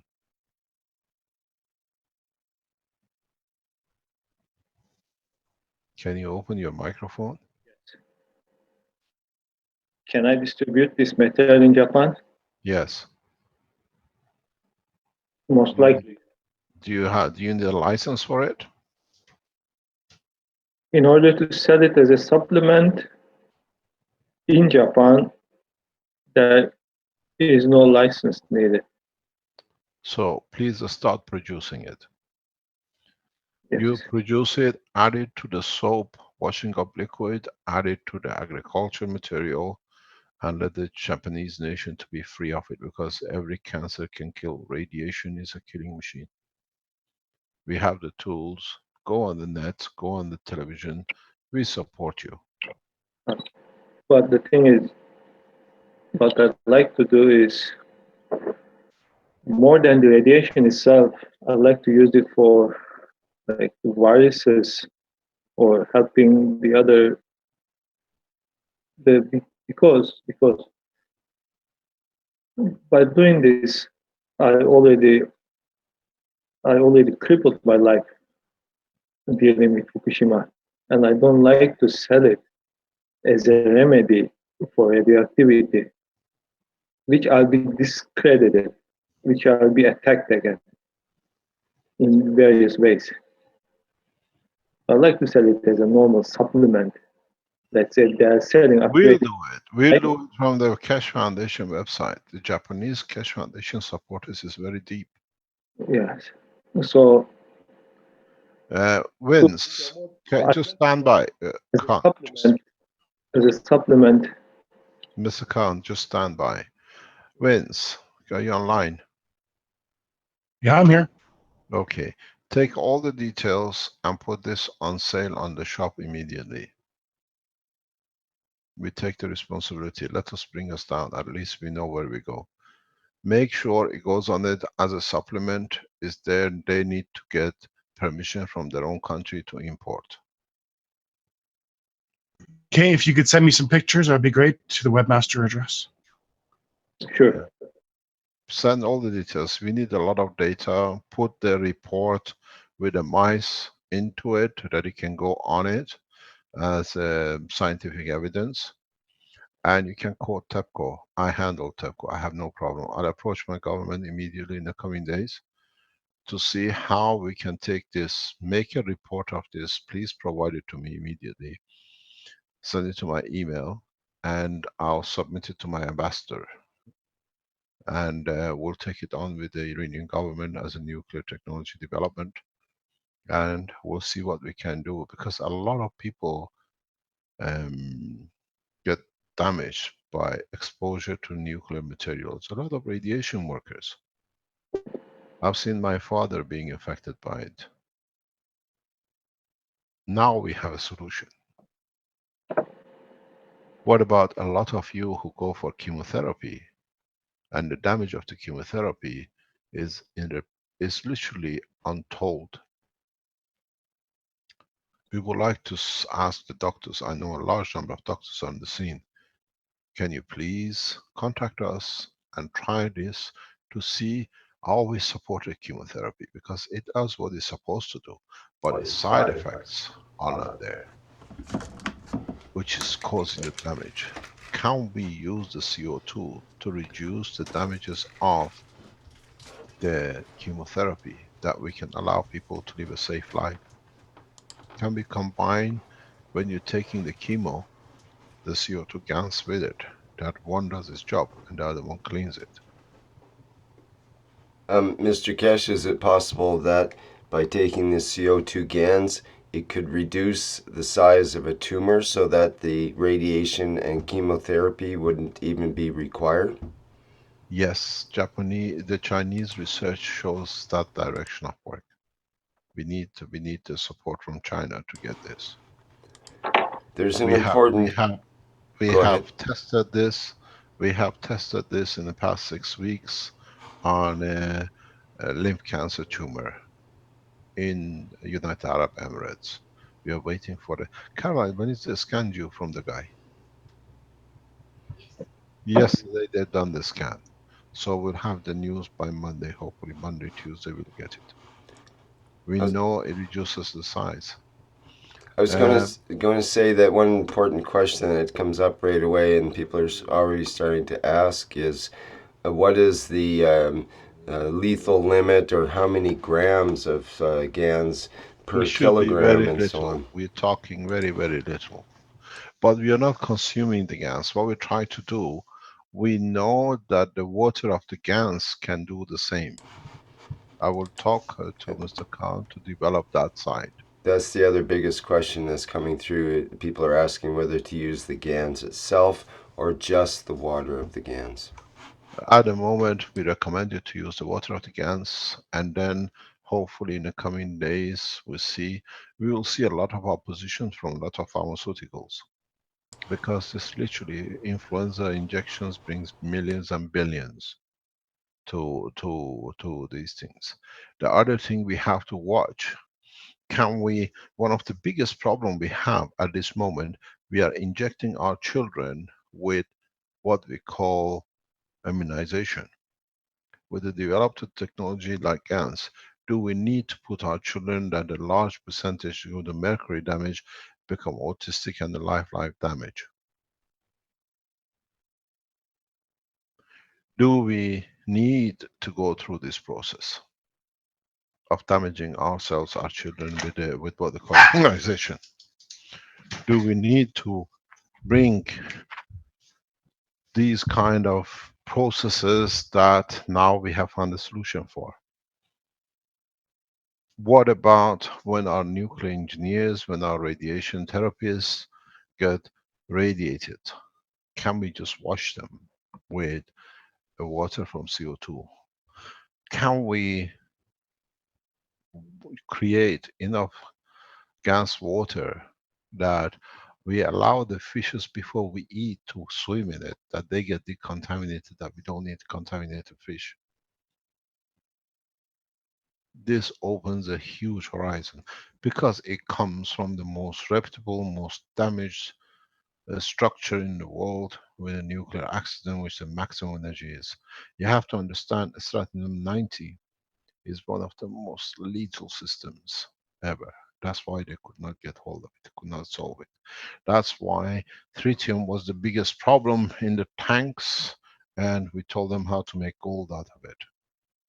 That's why the Americans are sitting there with their company, because it rains gold in these reactors. Mr. Keshe, this is Sylvester Belso. This Friday, together with my wife, I will travel to Korea, and I have officials who I can meet and propose the type of cooperation or support to help the Japanese gentleman who is in Japan. And if you request, I can start initiate type of. Nothing happens in Japan without us having a full understanding of who needs to be what. Right. I just would like to offer you, sir, Yes, this no problem, because we got to understand what is going on. This I'm getting a report. Just stand by. Benjamin, can you come back online? Benjamin says the man from the lab is there to explain. Benjamin, can you come online, please?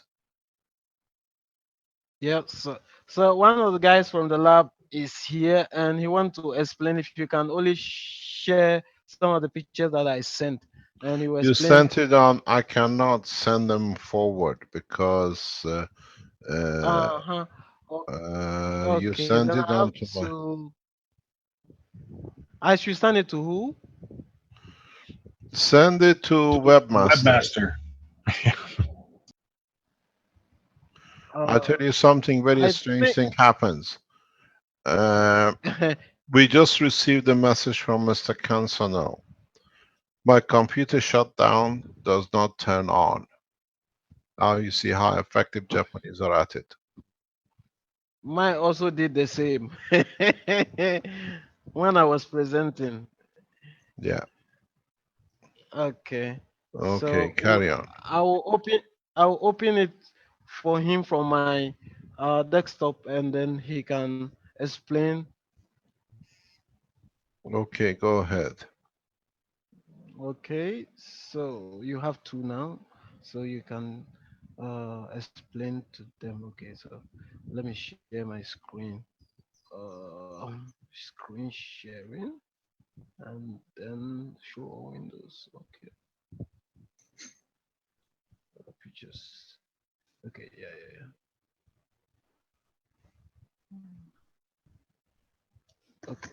Please, can you see? Hello. Can you speak a bit louder, please? Yeah, hello. I'm Crab from the Atomic Energy Commission Lab. So we took samples from the water samples and we grow on a media. So in a petri dish. So the dark colored picture over there shows the raw water sample. And then the one with the transparent picture there shows the treated water. When you compare the two, the dark the dark colored petri dish shows a lot of colonies, a lot of E. coli colonies in there. And then the colonies too are bigger. They are bigger colonies.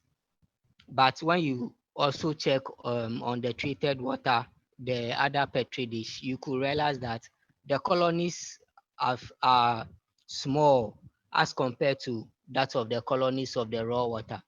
And the one of the treated, the colonies are few as also compared to the colonies of the untreated water. So this shows that the copper oxide minimizes the microorganisms in the treated water sample solution.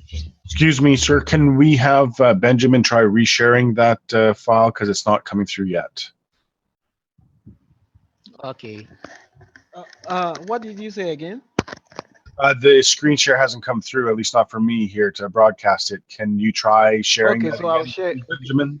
Thank Okay, you. I'll share again.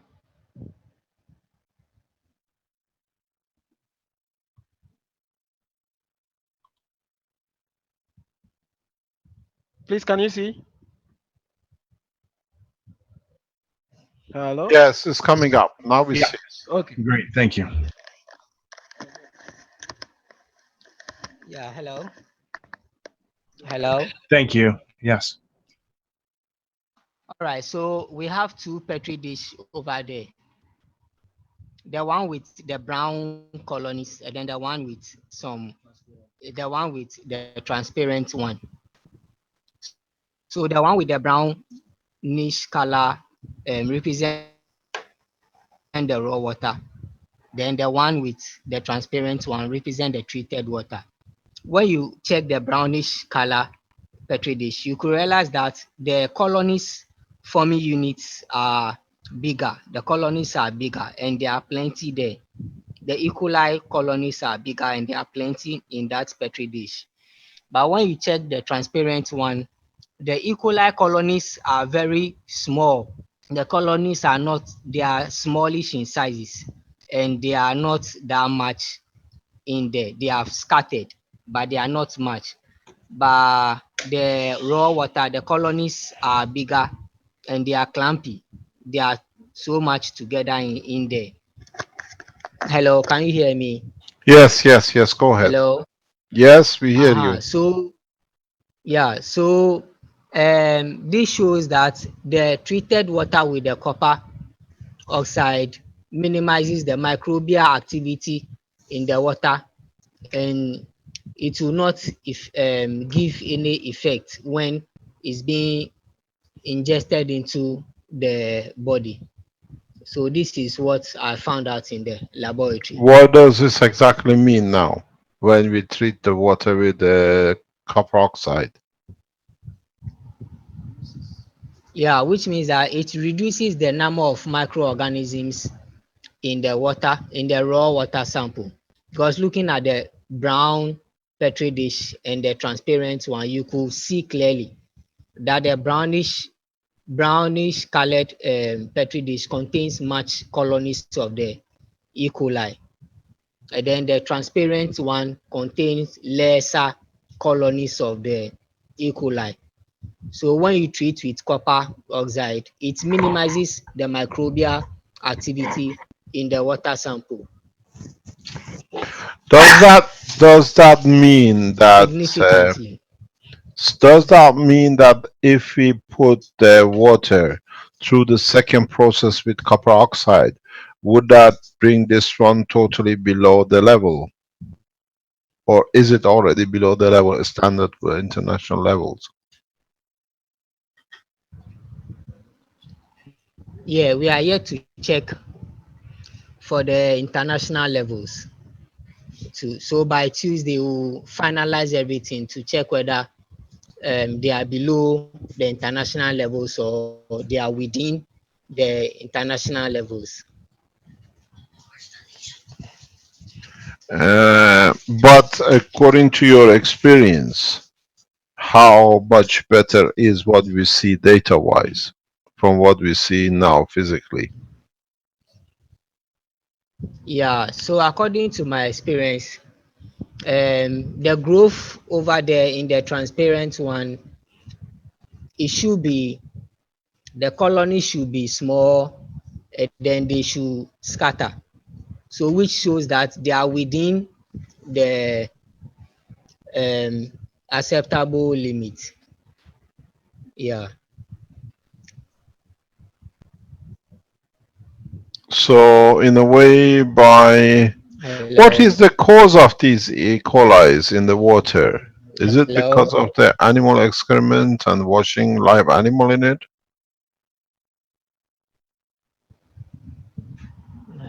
Mr. Kesh, it may be because what do you call it? Apart from people, maybe people eat themselves also in the bushes. So, as I shared in my first presentation, sediment that are washed from the soil end up, polluting the water, and thereby, breeding E. coli in the water bodies. So, I mean, it can be a contributing factor that the way people eat themselves in the bush, and from also the killing of or washing of animals, and washing of, even some people even stand in the river and then bath. That is something that is eyesore, but you cannot do.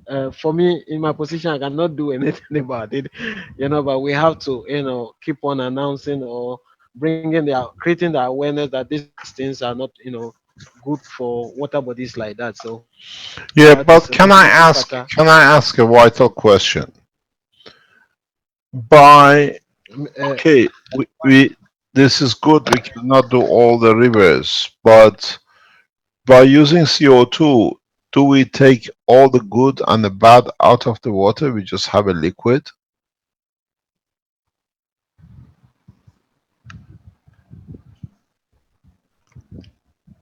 Do you know what I mean? Are we taking everything with this I process? think it has no.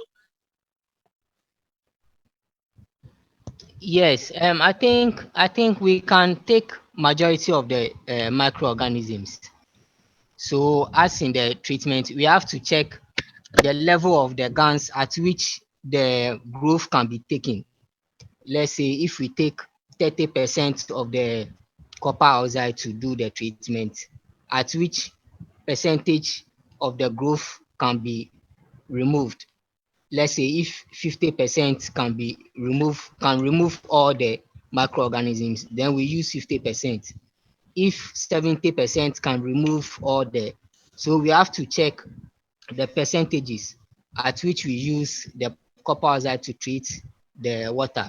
So it will depend on the percentages or the percentage of the copper oxide we will use of the water.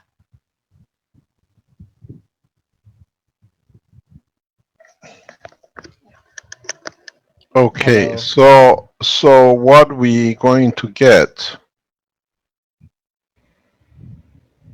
is cleaning up, but effectively cleaning up. But to the point that the water is totally pure without any sediment. It's just the water.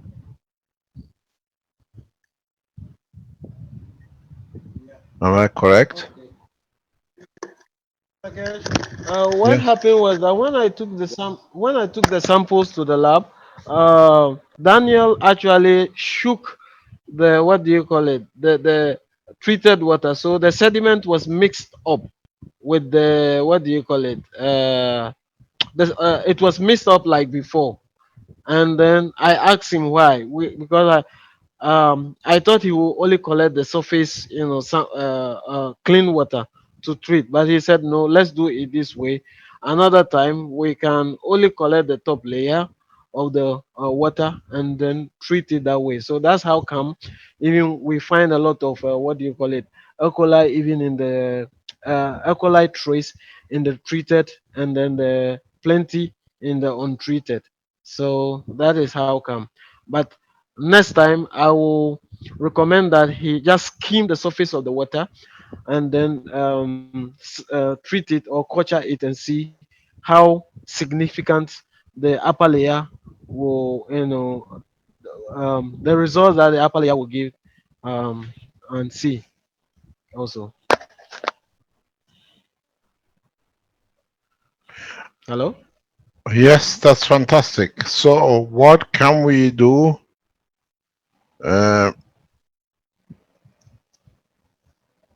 what and how can we?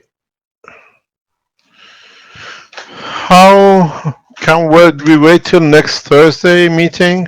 It's breaking, so I said we how wait till can next it's we breaking? wait till next Our Thursday. internet today is very poor, but we are managing. Yes, I Okay. understand. What we do, we wait till next Thursday.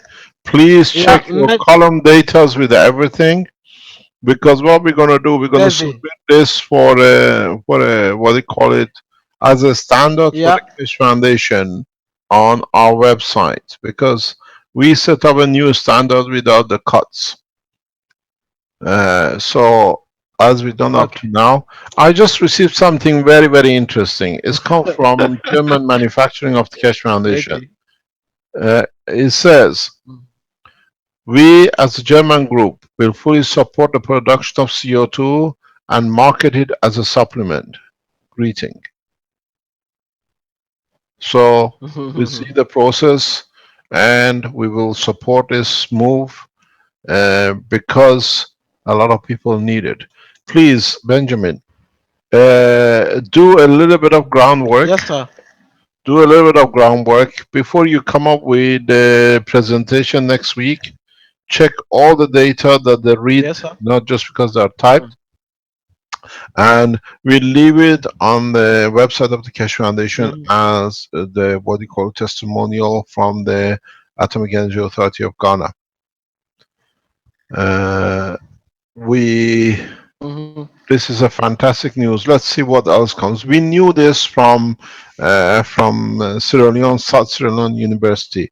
We're going to put you in touch with them. I'm going to put you in touch with the professors in South Sierra Leone University, with the vice Okay. chancellor there, who's a friend of the foundation, and we'll see how we can take this across whole Africa. Thank you.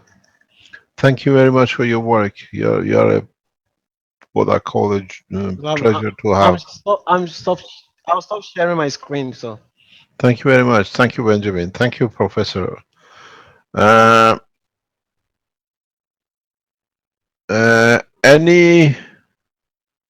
anything we've seen today, as I told you, we have gone into the cleanup. We cleaned up the religious people, that there are no more any.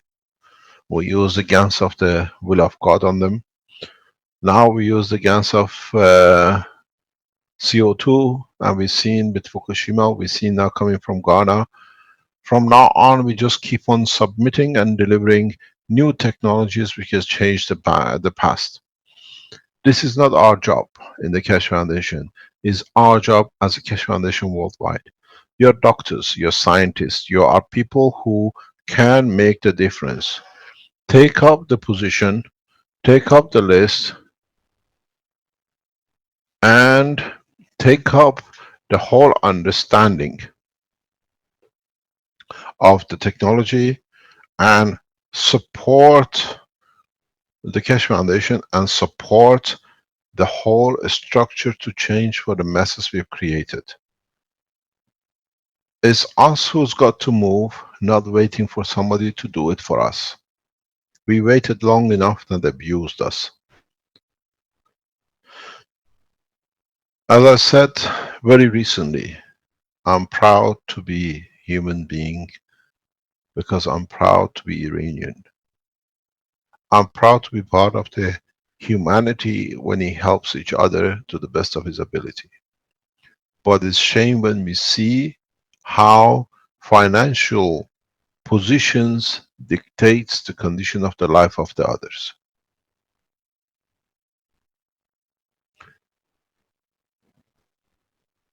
What will be interesting is, now that we have disclosed this, if you people who are there, this section of TEPCO segment it and deliver it to all the Japanese companies, Japanese Keshe Foundation, Japanese internet connection, and let it go free on the internet with it. I wonder how much more is sitting in the background with other organizations who are taking and developing our technology. As I always told you, we as a group, people who sit around the Keshe Foundation, can do so much. We have limited restriction in finances we can do, governments don't have. You have to realize something very interesting. You live in the west coast of United States, and you say you received all the radiated fish which is coming there, you won't eat. Make yourself copper oxide gas, put it in the water, stir it, let it settle. Take the water, put your fish in it, let it swim in it, let it rest in it, and you rest ashore, you take all the radiation which came from Fukushima floating to you.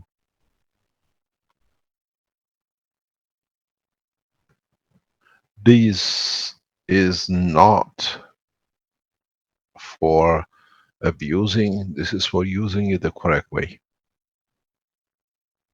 If you live in a contaminated area, radioactive contaminated area, chemically contaminated areas, now we see it's a solution.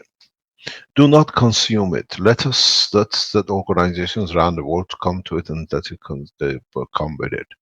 Consume the water.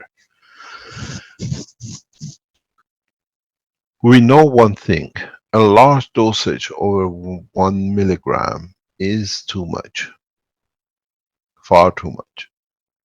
It's a powerful structure.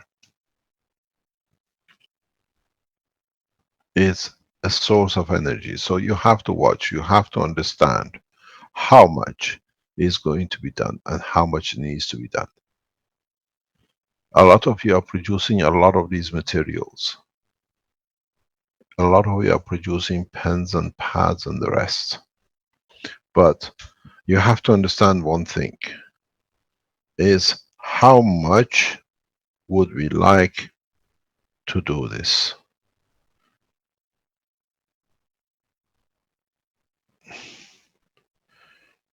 Can we change the course? Can we create a new course without fighting?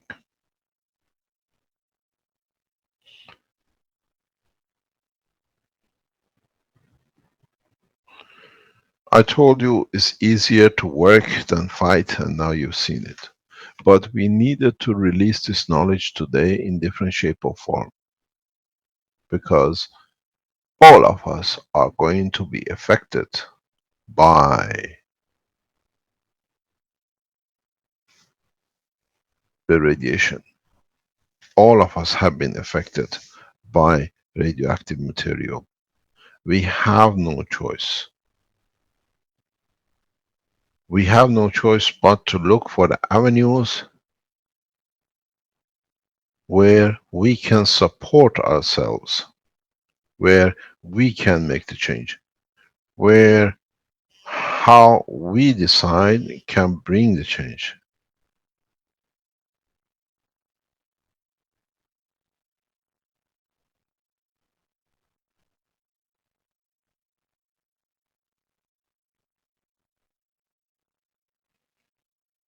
Mr. Keshe? Yes. Down from Argentina. We are having a big problem here in Brazil and Argentina and Paraguay with the Aedes aegypti, and the three different pests, and they're contaminating the air with spray guns continually. And apparently, the products used in Brazil, built by apparently Monsanto, to blame for the problems that the newborn kids are having with they're born with small brains. You must have heard of that on the news. Yes. The interesting thing would be to the people in Brazil, and now get in touch with people here, if they could start spraying with CO2 water. Yeah. That would be very good. And because we've got at least a couple of more months with a lot of problems with these pests. Water it. We don't kill them. You have to switch your computer off. You water them with a GANs, the water of the GANs of CO2. Yes, exactly. You gave me hell about a couple of weeks ago when I had told you I had tried some of the water. And Well, I'm fine. I had some fever, but I've stabilized and I'm perfectly well. so use it. Fine. Yes, I'm spraying it all over the house, and I've given it to some other people that work with me. Yes. We have to learn. So, can you say, we have to learn. It's a new understanding. It's a new way of living, and it is the way we want it to be. Now we have a chance to do it ourselves. Now we have the chance to create that condition ourselves. About over 16 years ago, I tried a product which is water. Was marvelous. It was super ionized water. I don't know if you have ever heard of Ayhan Doyuk, a Turkish bloke who makes this water. He's normally in Germany lately, and the properties of this water are fantastic. You could sort of try both things together.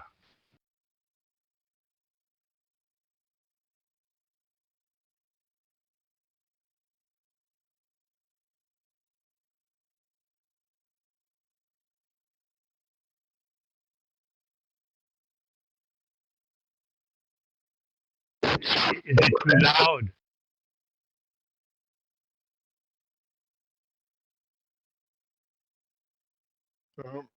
We have Benjamin. It's still a bit loud. I'll lower it a bit more. Benjamin, can you switch your microphone off, please? Because get a feedback. Benjamin, you're on the line. You're asking to come to back in. Come back. Is Benjamin? Has my microphone got better now? Yes. Fine. No, is something wrong?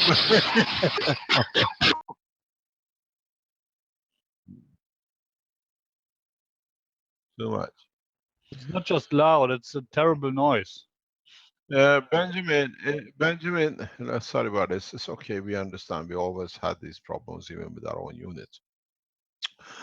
Benjamin, can you come online? You want to speak? I've put my loudspeakers off now. Okay, sir. Come in. You wanted to. You have a professor from. I'm online. Yes, you have a professor from BNAR with you. No, I don't have the professor with me now, but what they have uh, witnessed in the usage of the system I have here, the beats, the Magraph beats. Yeah. Actually, I wanted to do the spring ones for them, but you know, because of what the woman, the two scientists who came from Kenya, because of their results, every one of them want what the women, took with them. So all of them have asked me to design the beats for them, and I have done a lot of them for most of them. I think on Friday, I had a request from the main university campus, University of Legon, the campus. 4 professors requested the, what do you call it, the beats unit from me. So they were on me. I have to sit on during the weekend and then do it for the 4 of them. So on Monday, early in the morning, they were at my door. Have you finished? I handed it over to them. So they are testing it. And the doctor who was here the other day, Dr. Godwin Amenope, I've also been using it in his house. And what he's saying is that the meter, when it read, normally when you buy the unit it beeps. When it's taking your unit, consuming the unit, it beeps. But since he plugged the unit on, it has stopped beeping, and the unit is not going at all. It's not, uh, dropping like it used to be. And according to Dr. Danso, the head of the binary, that is the Biological Nuclear Research Institute, he was the first one who requested for it, because of the testimony of the women. And I sent the guy who, delivered the product to him, and then I asked him to find out how, significant he has, benefited. And he told the guy that, look, I used to buy um, about 500 units, 500 Ghana units every 3 weeks, but now I'm not buying that much at all. I have bought once and it is, still there. So there is a significant, what do you call it, reduction. And I told him, just wait for 3 months and then you will, come to me. And a brother of mine also, I did it for him, and then he took it to his house. He said the normally, when the unit reaches 3 units, it stops. You have to buy a new unit to load it up. What happened? He told me that this thing has even not stopped, and it went up to 00 for 3 days before the system shut down. So he was asking me what happened. I said I don't know. I don't know. You just go and find out. Find out. And what actually happened? What happened also was when he was going to load the unit. Normally, you can sit in your house and then they load the unit, transfer the unit to your system. He went there 3 times. The people told him they cannot load the unit onto his system. He should go back and check his meter. And I said, what did you tell them? I hope you didn't tell them you are using the system. He said no. For after the 3rd time, he said he decided not to go again. So until the system went off, and then they were able to, load it. And so there are many, testimonies coming in here and there. What I've planned to do is to line up these people, and they are here, so you can easily get access to them. If they cannot, come personally, I can record them and then share their testimonies with the people, what, they have found by the usage of the, what do you call it, Magrav unit, the Magrav beats. Thank you very much. Are there any questions, or shall we call it a day? We received enough information today as it is. We started 9 o'clock, it's nearly 1:30. We're going for nearly 4.5 hours. Yes, there's a lot there to think about, Mr. Keshe. There's a lot to be done, and now we just open the Pandora box. Okay, so is there any wrap up that we can do here? Any last quick questions, perhaps, or shall we, as Mr. Keshe says, call it a day? Going once, going twice. I think we'll call it a day, A lot Mr. of Keshe. questions sitting here, I can see. I hear a voice in the Somebody's background. talking in the A little background, yeah. voice. Can I present some GANs making findings? Who's that? Berenkron.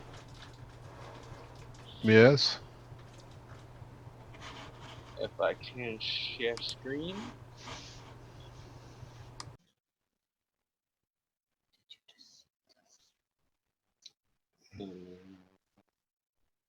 Yeah. Sorry. Can you see that now? Yeah. So these are jars of GANs I made, and this is recorded a week after I sealed them, still this active. What is it produce? Oh, these are your guns. Yes, yes.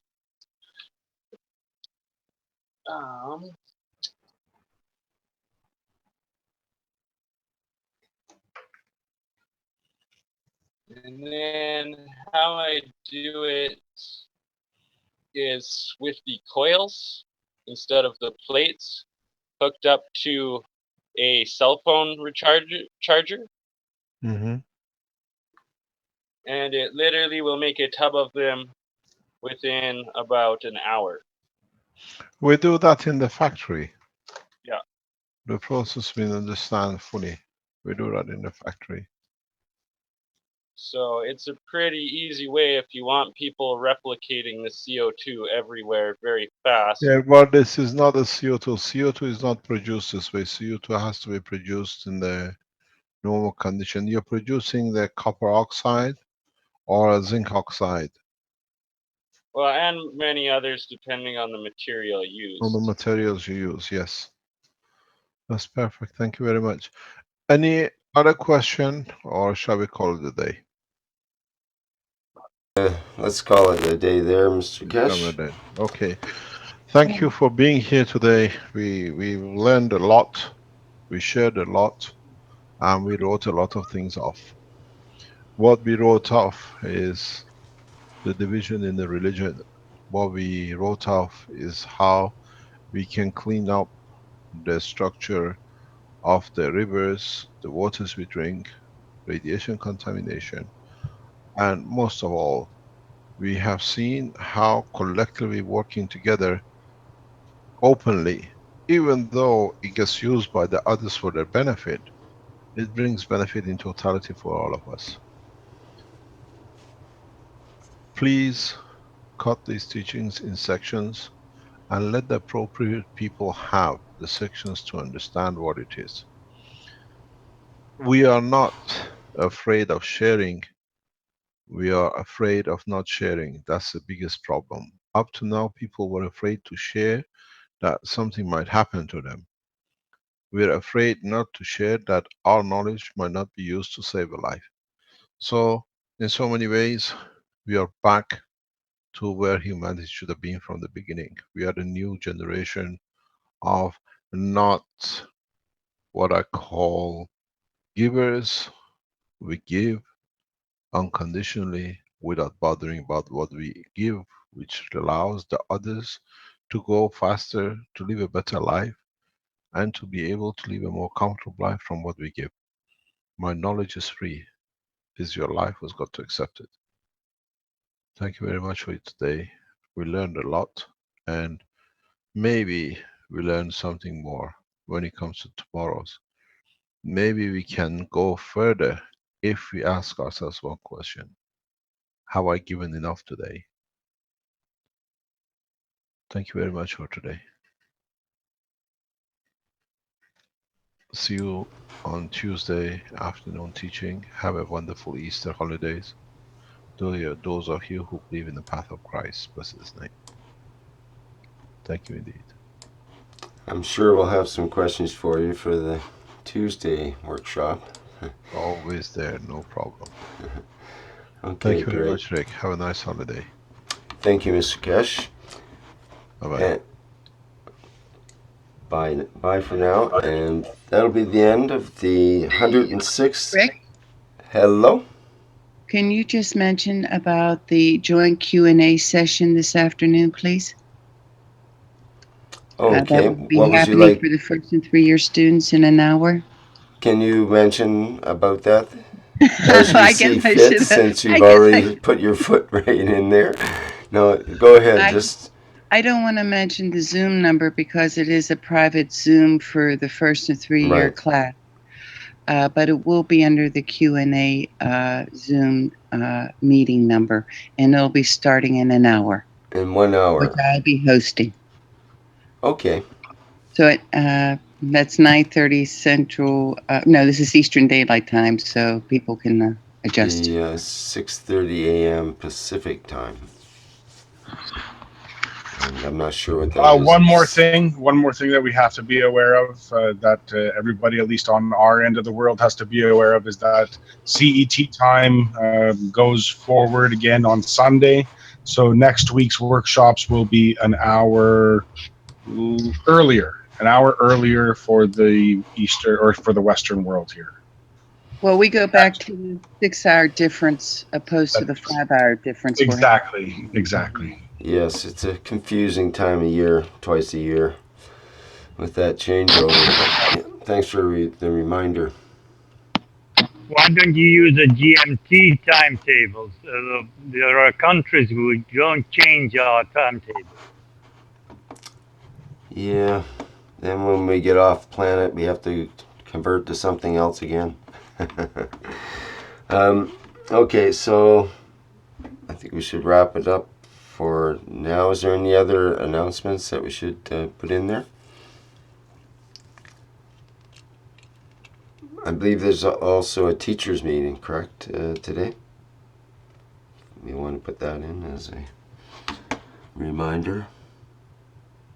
Yeah, the teacher meeting is after the Q&A. Okay. Okay, let's wrap it up for now. I'll stop the live stream.